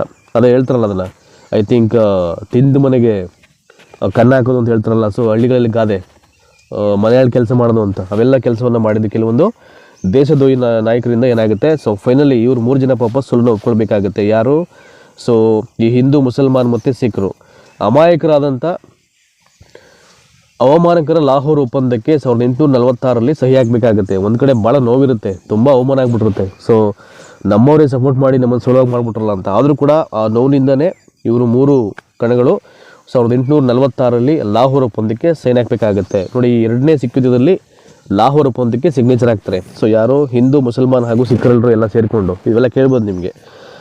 ಸೊ ಅಂದರಿಂದ ಬ್ರಿಟಿಷ್ ರೆಸಿಡೆಂಟನ್ನು ಪಂಜಾಬಿನ ನಿಜವಾದ ಆಡಳಿತಗಾರನಾದನು. ಪಂಜಾಬಿನ ಬ್ರಿಟಿಷ್ ರೆಸಿಡೆಂಟನ್ನು ನೋಡಿ, ಎಲ್ಲಿ ಒಬ್ಬ ವ್ಯಕ್ತಿ ಹೆಸರು ಹೇಳಿಲ್ಲ, ಬ್ರಿಟಿಷ್ ರೆಸಿಡೆಂಟನ್ನು ಅಂತ ಹೇಳಿದರೆ ನಾವು ಅಲ್ಲಿ ವ್ಯಕ್ತಿ ಅಂತ ಅರ್ಥ ಮಾಡ್ಕೊಳ್ಬೇಕು. ಅವಾಗ ಅವನೇನು ಮಾಡ್ತಾನೆ, ಪಂಜಾಬಿನ ನಿಜವಾದಂಥ ಆಡಳಿತಗಾರನಾಗ್ತಾನೆ. ಸೊ ಅದಕ್ಕಿಂತ ಮುಂಚೆ ಸೊ ಬ್ರಿಟಿಷ್ ರೆಸಿಡೆಂಟನ್ನು ಇಲ್ಲಿ ಐ ಥಿಂಕ್ ನೋಡಿ ಇಲ್ಲೊಂದಿದೆ, ಇಲ್ಲಿ ಐ ಥಿಂಕ್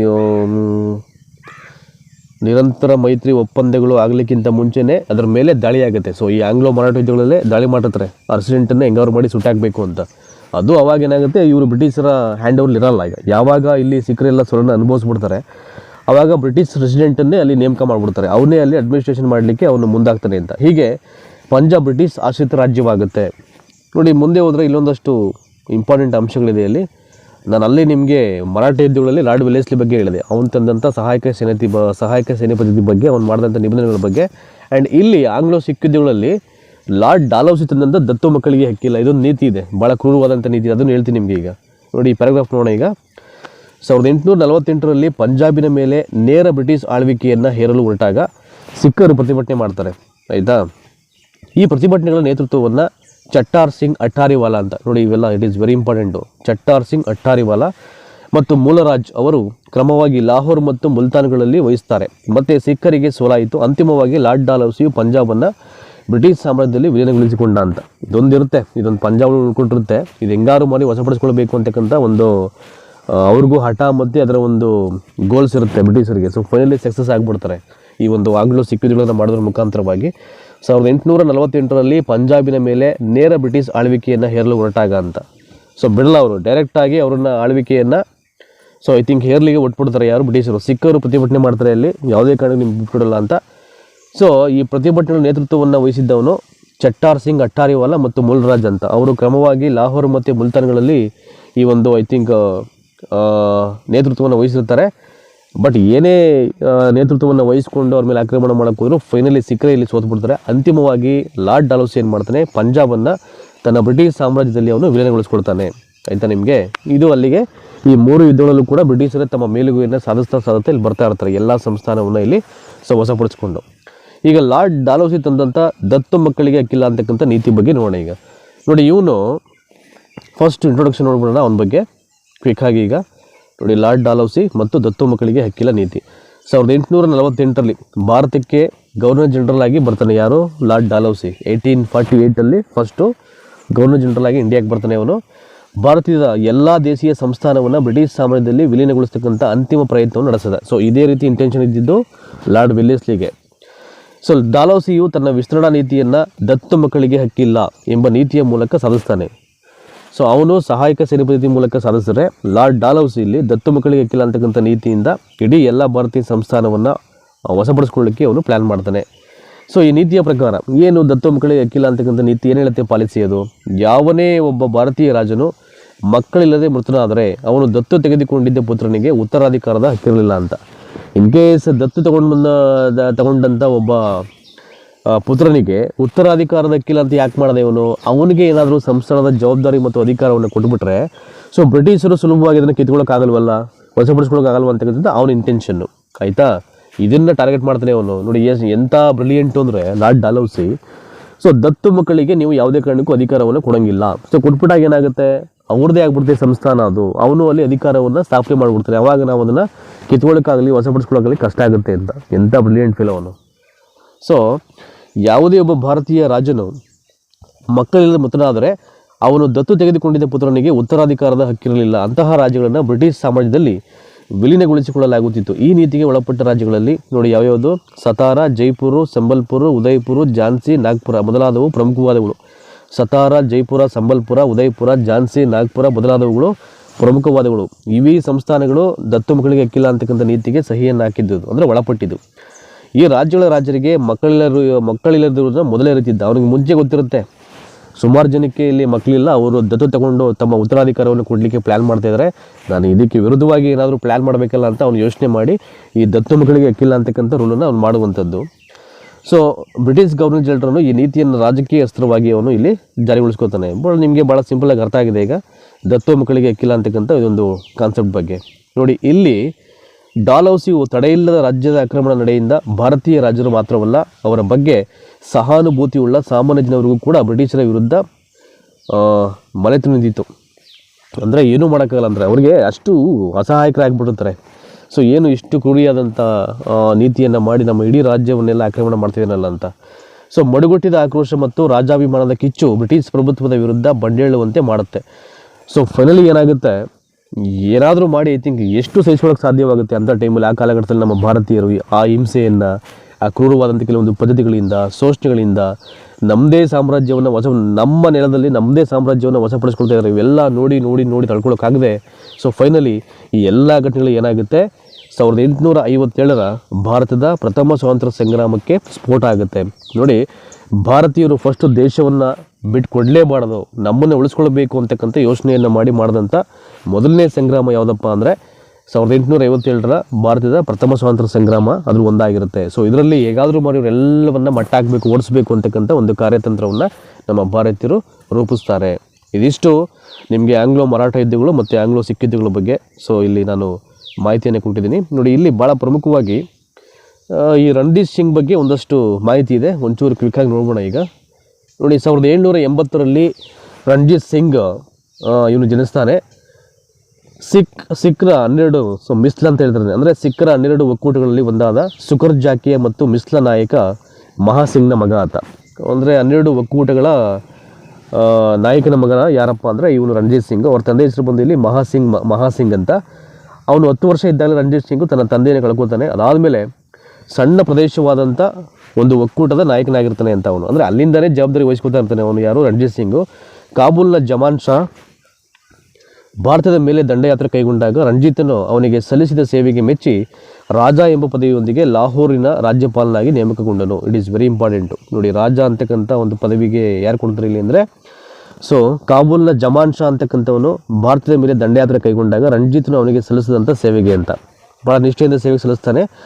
ಸೊ ಸೇವೆಗೆ ಮೆಚ್ಚಿ ರಾಜ ಎಂಬ ಪದವಿಯೊಂದಿಗೆ ಲಾಹೋರ್ನ ರಾಜ್ಯಪಾಲನಾಗಿ ನೇಮಕ ಆಗ್ತಾನೆ. ಆಗ ಅವನಿಗೆ 19 ವರ್ಷ ಆಗಿರುತ್ತೆ. ಆಯಿತಾ. ನಂತರ ವಿಸ್ಮಯಕಾರ ರೀತಿಯಲ್ಲಿ ಪ್ರಬಲನಾಗಿ ಬೆಳೆದ. ಸೊ ಅವನು ಹೇಗೆ ಪ್ರಬಲವಾಗಿ ಪವರ್ಫುಲ್ಲಾಗಿ ಬೆಳೆದೆ ಅಂತ ಅವನಿಗೆ ಗೊತ್ತಿರಲ್ಲ. ಅಷ್ಟು ಹೋರಾಟವನ್ನು ಮಾಡಿಕೊಂಡು ಅವನು ಭಾಳ ಪವರ್ಫುಲ್ಲಾಗಿ ಬೆಳೀತಾನೆ ಅವನು ರಣಧೀರ್ ಸಿಂಗು. ಸಿಖ್ ಸಮುದಾಯದ ಮೇಲೆ ಸಂಪೂರ್ಣ ಪರಮಾಧಿಕಾರ ಪಡೆಯುವುದೇ ಅವನ ಪರಮಧ್ಯೇಯವಾಗಿತ್ತು ಅಂತ. ಸಟ್ಲೇಜ್ ನದಿಯ ಪಶ್ಚಿಮ ಭಾಗಗಳ ಎಲ್ಲ ಸಿಖ್ ಪ್ರಮುಖರನ್ನು ತನ್ನ ನಿಯಂತ್ರಣಕ್ಕೆ ತೆಗೆದುಕೊಂಡು ಪಂಜಾಬಲ್ಲಿ ತನ್ನದೇ ಸ್ವಂತ ರಾಜ್ಯವನ್ನು ಸ್ಥಾಪನೆ ಮಾಡ್ತಾನೆ. ಹಾಗಾಗಿ ರಣಧೀರ್ ಸಿಂಗ್ನನ್ನು ಇಲ್ಲಿ ಪಂಜಾಬಿನ ಸಿಂಹ ಅಥವಾ ಪಂಜಾಬಿನ ಕೇಸರಿ ಅಂತ ಇಲ್ಲಿ ಕರೆಯೋದುಂಟು ಇತಿಹಾಸದಲ್ಲಿ. 1809 ಅಮೃತಸರದಲ್ಲಿ ಇಂಗ್ಲೀಷರೊಳಗೆ ಈ ನಿರಂತರ ಮೈತ್ರಿ ಒಪ್ಪಂದಕ್ಕೆ ಸಹಿ ಆಗ್ತಾನೆ ಅವನು. ನೋಡಿ ಯಾರು, ರಣಧೀರ್ ಸಿಂಗು. 1809 ನೋಡಿ ಇದೊಂದು ಲೈನ್ ಬಂದಿತ್ತಲ್ಲಿ. ಸೊ ಅಲ್ಲಿ ಸಿಖ್ ಯುದ್ಧಗಳು ಅಂತ ಬಂದಾಗ ನಿರಂತರ ಮೈತ್ರಿ ಒಪ್ಪಂದವನ್ನು ಉಲ್ಲಂಘನೆ ಮಾಡಿ ಡೈರೆಕ್ಟಾಗಿ ಸಂಸ್ಥಾನವನ್ನು ವಶಪಡಿಸ್ಕೊಳ್ಳಿಕ್ಕೆ ಸಿದ್ಧರಾಗ್ತಾರೆ ಬ್ರಿಟಿಷರು. ಆಯಿತಾ. ಸೊ ಒಪ್ಪಂದ ಇದ್ದಾಗ ಸ್ವಲ್ಪ ಕಷ್ಟ ಆಗುತ್ತೆ, ಯಾಕೆಂದರೆ ಒಪ್ಪಂದಕ್ಕೆ ನಿಬಂಧನೆಗಳಿರುತ್ತೆ, ಅವುಗಳನ್ನೆಲ್ಲ ಅವರು ಫಾಲೋ ಅಪ್ ಮಾಡಬೇಕಾಗುತ್ತೆ. ಅವೆಲ್ಲ ಬೇಡ ಅಂತ ರಿಜೆಕ್ಟ್ ಮಾಡಿ ಸೊ ಡೈರೆಕ್ಟ್ ಶೂಟ್ ಮಾಡಲಿಕ್ಕೆ ಅವ್ರು ಸಿದ್ಧರಾಗಿರ್ತಾರೆ ಬ್ರಿಟಿಷರು, ಆಯಿತಾ. ಸೊ ಇಲ್ಲಿ 1809ರಲ್ಲಿ ಅಮೃತಸರದಲ್ಲಿ ಇಂಗ್ಲೀಷರ ಜೊತೆಗೆ ನಿರಂತರ ಮೈತ್ರಿ ಒಪ್ಪಂದಕ್ಕೆ ಸಹಿ ಹಾಕಿರ್ತಾನೆ. ಯಾರು? ರಣಜಿತ್ ಸಿಂಗು. ಯುರೋಪಿಯನ್ ಮಾದರಿಯಲ್ಲಿ ಸೈನ್ಯವನ್ನು ಸಂಘಟನೆ ಮಾಡಿ ಅವನು ತುಂಬ ಟ್ರೈನ್ಡಾಗಿ ಆ ಸೇನೆಯನ್ನು ಪ್ರಬಲಗೊಳಿಸ್ತಾನೆ ಅವನು. ನೋಡಿ ಇಲ್ಲಿಗೆ ಅವನ ಸೈನ್ಯದ ಬಗ್ಗೆ ಒಂದಷ್ಟು ಮಾಹಿತಿ ಇದೆ ಇಲ್ಲಿ ನೋಡಿ, ಇಲ್ಲಿ ಕೂಡಿರಲಿ. ಇವನ ಸೈನ್ಯವು ಕೇವಲ ಸಿಖ್ರಿಗೆ ಸೀಮಿತಗೊಂಡಿರದೆ ಗೂರ್ಖಾಗಳು, ಬಿಹಾರಿಗಳು, ಮರಾಠರು, ಪಠಾಣರು, ಮುಸಲ್ಮಾನರಿಂದ ಕೂಡಿತು.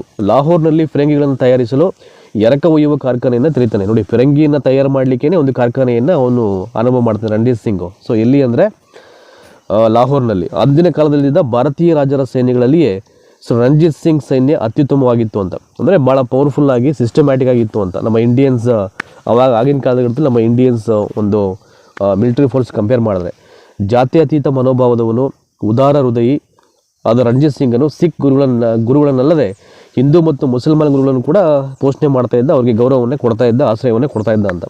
ಸೊ ಎಲ್ಲ ಧರ್ಮೀಯರು ಅವನ ಆಡಳಿತದ ಉನ್ನತ ಸ್ಥಾನದಲ್ಲಿದ್ದರೂ ಬ್ರಿಟಿಷರನ್ನು ಎದುರು ಹಾಕಿಕೊಳ್ಳದೆ ಸಿಖ್ ರಾಜ್ಯವನ್ನು ರಕ್ಷಿಸುವಲ್ಲಿ ಯಶಸ್ವಿ ಆಗ್ತಾನೆ ಅವನು. ಅದೇ ಭಾಳ ಒಂದು ಸೈನ್ಯ ಪ್ರಬಲವಾಗಿರುತ್ತೆ. ಫಸ್ಟು ಭಯ ಪಡ್ತಾರೆ ಬ್ರಿಟಿಷರು ಹೆಂಗೆ ಆಕ್ರಮಣ ಮಾಡೋದು ಇವನ ಮೇಲೆ ಅಂತ, ಅಷ್ಟು ಸಿಸ್ಟಮ್ಯಾಟಿಕ್ ಆಗಿ ಆ ಒಂದು ಸೈನ್ಯವನ್ನು ಅವನು ನಿರ್ಮಾಣ ಮಾಡಿರ್ತಾನೆ ಇಲ್ಲಿ. ಸೊ ಇದಾದಮೇಲೆ ಅದೇ ರೀತಿ ಬ್ರಿಟಿಷರು ವಾಯುವ್ಯದ ಭಾಗದಿಂದ ನಡೆಯಬಹುದಾದಂಥ ಸಂಭಾವ್ಯ ದಾಳಿಗಳನ್ನು ತಡೆಯಲು ಸೊ ರಣಜಿತ್ ಸಿಂಗ್ನ ರಾಜ್ಯಾದ್ಯಂತ ರಕ್ಷಣಾ ರಾಜ್ಯವೊಂದರ ಅಂದರೆ ಬಫರ್ ಸ್ಟೇಟ್ ಅಂದರೆ ಅದನ್ನು ಅವಶ್ಯಕತೆ ಇತ್ತು. ಒಟ್ಟಾರೆ ಸ್ವತಂತ್ರ ರಾಜ್ಯವೊಂದನ್ನು ಕಟ್ಟಿ ಕೊನೆಯವರೆಗೂ ಸ್ವತಂತ್ರವಾಗಿ ಆಳಿ 1839ರಲ್ಲಿ ರಣಜಿತ್ ಸಿಂಗ್ ನಿಧನ ಆಗ್ತಾನೆ ಅಂತ. ಅಷ್ಟು ಈಸಿಯಾಗಿ ತನ್ನ ರಾಜ್ಯವನ್ನು ಬಿಟ್ಕೊಳ್ಳಿಲ್ಲ ಅವನು. ಬಟ್ 1839 ಕೂಡ ಒಂದು ಸ್ವತಂತ್ರ ರಾಜ್ಯವನ್ನು ಕಟ್ಟಿಕೊಂಡೇ ಅವನು ಇರ್ತಾನೆ ಅಲ್ಲಿವರೆಗೂ, ಅಂದರೆ ಸಾಯೋವರೆಗೂ ಕೂಡ.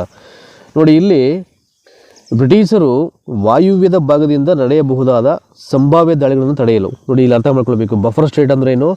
ಬ್ರಿಟಿಷರು ವಾಯುವ್ಯ ಭಾಗದಿಂದ ನಮ್ಮ ಒಂದು ಸಂಸ್ಥಾನಕ್ಕೆ ದಾಳಿಯನ್ನು ಮಾಡ್ಬೋದು ಅಂತಕ್ಕಂಥ ಒಂದು ಯೋಚನೆ ಮಾಡಿರ್ತಾನೆ. ಯಾರು? ರಣಜಿತ್ ಸಿಂಗ್. ಅದಕ್ಕೋಸ್ಕರ ಅವನು ರಕ್ಷಣಾ ರಾಜ್ಯವನ್ನು ನಿರ್ಮಾಣ ಮಾಡ್ತಾನೆ. ಸೊ ಆ ಒಂದು ರಕ್ಷಣಾ ರಾಜ್ಯವನ್ನು ಇಲ್ಲಿ ಬಫರ್ ಸ್ಟೇಟ್ ಅಂತ ಕರೀತಾರೆ. ಅಂದರೆ ಬ್ರಿಟಿಷರು ವಾಯುವ್ಯ ಭಾಗದಿಂದ ಆಗ್ತಕ್ಕಂಥ ದಾಳಿಗಳನ್ನು, ಆಕ್ರಮಣವನ್ನು ತಡೆಗಟ್ಟಲು ಮಾಡ್ಕೊಂಡಿದ್ದಂಥ ಒಂದು ರಕ್ಷಣಾ ರಾಜ್ಯ ಯಾವುದಪ್ಪ ಅಂದರೆ ಅದು ಬಫರ್ ಸ್ಟೇಟ್ ಅಂತ ಹೇಳ್ತಿರೋದನ್ನೇ. ಅದರ ಅವಶ್ಯಕತೆ ಇರುತ್ತೆ, ಅದನ್ನು ಅವನು ಮಾಡ್ಕೊಂಡಿರ್ತಾನೆ. ಸೊ ಒಟ್ಟಾರೆಯಾಗಿ ಅಥವಾ ತನ್ನ ಇಡೀ ಜೀವಿತಾವಧಿಯಲ್ಲಿ ತಾನು ಪ್ರವರ್ಧಮಾನಕ್ಕೆ ಬಂದು ಅಧಿಕಾರವನ್ನು ವಹಿಸ್ಕೊಂಡಂಥ ನಂತರದಲ್ಲಿ ಸೊ ಸ್ವತಂತ್ರ ರಾಜ್ಯವೊಂದನ್ನು ಕಟ್ಟಿ ಕೊನೆಯವರೆಗೂ ಸ್ವತಂತ್ರವಾಗಿ ಆಳಿ ಕೊನೆಯದಾಗಿ 1839ರಲ್ಲಿ ಸೊ ರಣಜಿತ್ ಸಿಂಗು ಇಲ್ಲಿ ನಿಧನ ಆಗ್ತಾನೆ. It's the history of Ranjit Singh, ಆಯಿತಾ. ಸಿಖ್ರ ಒಂದು ಪ್ರಮುಖ ಸ್ಥಾಪಕನು ದೊರೆ ಆತ, ಅಥವಾ ಸಿಖ್ ಸಮುದಾಯದ ಒಬ್ಬ ಅಗ್ರ ದೊರೆಯವನು ನಾಯಕ. ಸೊ ಈ ಒಂದು ನಿಮಗೆ ಪಾಠದಲ್ಲಿ ಆಂಗ್ಲೋ ಮರಾಠ ಯುದ್ಧಗಳ ಬಗ್ಗೆ ಪರಿಪೂರ್ಣವಾಗಿ ಮಾಹಿತಿ ಗೊತ್ತಾಯಿತು. ಸೊ ಹಾಗೆಯೇ ಯಾರವನು ಲಾರ್ಡ್ ವೆಲ್ಲೆಸ್ಲಿ ಜಾರಿಗೆ ತಂದಂಥ ಸಹಾಯಕ ಸೈನ್ಯ ಪದ್ಧತಿ ಬಗ್ಗೆ ನಿಮಗೆ ಮಾಹಿತಿ ಗೊತ್ತು. ಆ ಸಹಾಯಕ ಸೈನ್ಯ ಪದ್ಧತಿ ಅಂದರೆ ಏನು, ಆ ಪದ್ಧತಿಯ ನಿಬಂಧನೆಗಳೇನು, ಅದರಿಂದ ಏನು ಸಾಧನೆ ಮಾಡ್ತಾನೆ ಲಾರ್ಡ್ ವೆಲ್ಲೆಸ್ಲಿ, ಅವೆಲ್ಲ ಗೊತ್ತಾಯ್ತು ನಿಮಗೆ. ಸೊ ಹಾಗೆಯೇ ಆಂಗ್ಲೋ ಸಿಖ್ ಯುದ್ಧಗಳಲ್ಲಿ ರಣಜಿತ್ ಸಿಂಗ್ ಬಗ್ಗೆ ಗೊತ್ತಾಯಿತು. ಅಲ್ಲಿ ಲಾರ್ಡ್ ಡಾಲೌಸಿ ಜಾರಿಗೆ ತಂದಂಥ ದತ್ತು ಮಕ್ಕಳಿಗೆ ಅಖಿಲ ಅಂತಕ್ಕಂಥ ಒಂದು ನೀತಿ ಗೊತ್ತಾಯಿತು. ಮತ್ತು ಸೊ ರಣಜಿತ್ ಸಿಂಗ್ನ ಬಗ್ಗೆ ಒಂದಷ್ಟು ಅವನ ಸ್ವವಿವರಗಳು, ಅವನು ಮಾಡಿದಂಥ ಸಾಧನೆಗಳು, ಅಚೀವ್ಮೆಂಟ್ಸು, ಅವನು ಹೇಗೆ ಸೈನ್ಯವನ್ನು ಪ್ರಬಲಗೊಳಿಸ್ತಾ, ಅವನು ಹೇಗೆ ಸತ್ತ, ಅವನು ಐ ಥಿಂಕ್ ಎಷ್ಟು ಸಿಸ್ಟಮ್ಯಾಟಿಕ್ ಆಗಿತ್ತು ಅವನು ಮಾಡಿದಂಥ ಸೈನ್ಯ, ಇವೆಲ್ಲದರ ಬಗ್ಗೆ ನಾವು ವಿಶೇಷವಾಗಿ ತಿಳ್ಕೊಂಡಿದ್ದೀವಿ. ಆ್ಯಂಡ್ ಮುಂದಿನ ವೀಡಿಯೋ ಶ್ರೇಣಿಗಳಲ್ಲಿ ಭಾಳ ಪ್ರಮುಖವಾದಂಥ ಕೆಲವೊಂದು ಅಧ್ಯಾಯಗಳನ್ನು ಎತ್ಕೊಂಡು ಅಲ್ಲಿ ಒಂದಷ್ಟು ಇಂಪಾರ್ಟೆಂಟ್ ಕಾನ್ಸೆಪ್ಟ್ಸನ್ನು ನಾವು ಚರ್ಚೆ ಮಾಡ್ತಾ ಹೋಗ್ತೋಣ. ಇವೆಲ್ಲವೂ ಏನಾಗುತ್ತೆ ನಿಮಗೆ ಖಂಡಿತವಾಗ್ಲೂ ಎಕ್ಸಾಮಲ್ಲಿ ಇದ್ರ ಮೇಲೆ ಯಾವುದೇ ಪ್ರಶ್ನೆಯನ್ನು ಕೇಳಿದ್ರು ಕೂಡ ನೀವು ಉತ್ತರವನ್ನು ಭಾಳ ಸುಲಭವಾಗಿ ನೀವು ಬಿಡಿಸ್ಬೋದು. ಸೊ ಆ ಹಿನ್ನೆಲೆಯಲ್ಲೇ ನಾನು ಈ ಒಂದು ವೀಡಿಯೋ ಶ್ರೇಣಿಗಳನ್ನು ಇಲ್ಲಿ ಆರಂಭ ಮಾಡೋದು. ಸೊ ಇಷ್ಟು ಹೊತ್ತು ಈ ಒಂದು ವಿಡಿಯೋವನ್ನು ನೋಡಿದಂತೆ ನಿಮಗೆಲ್ಲ ಧನ್ಯವಾದ. Thank you so much.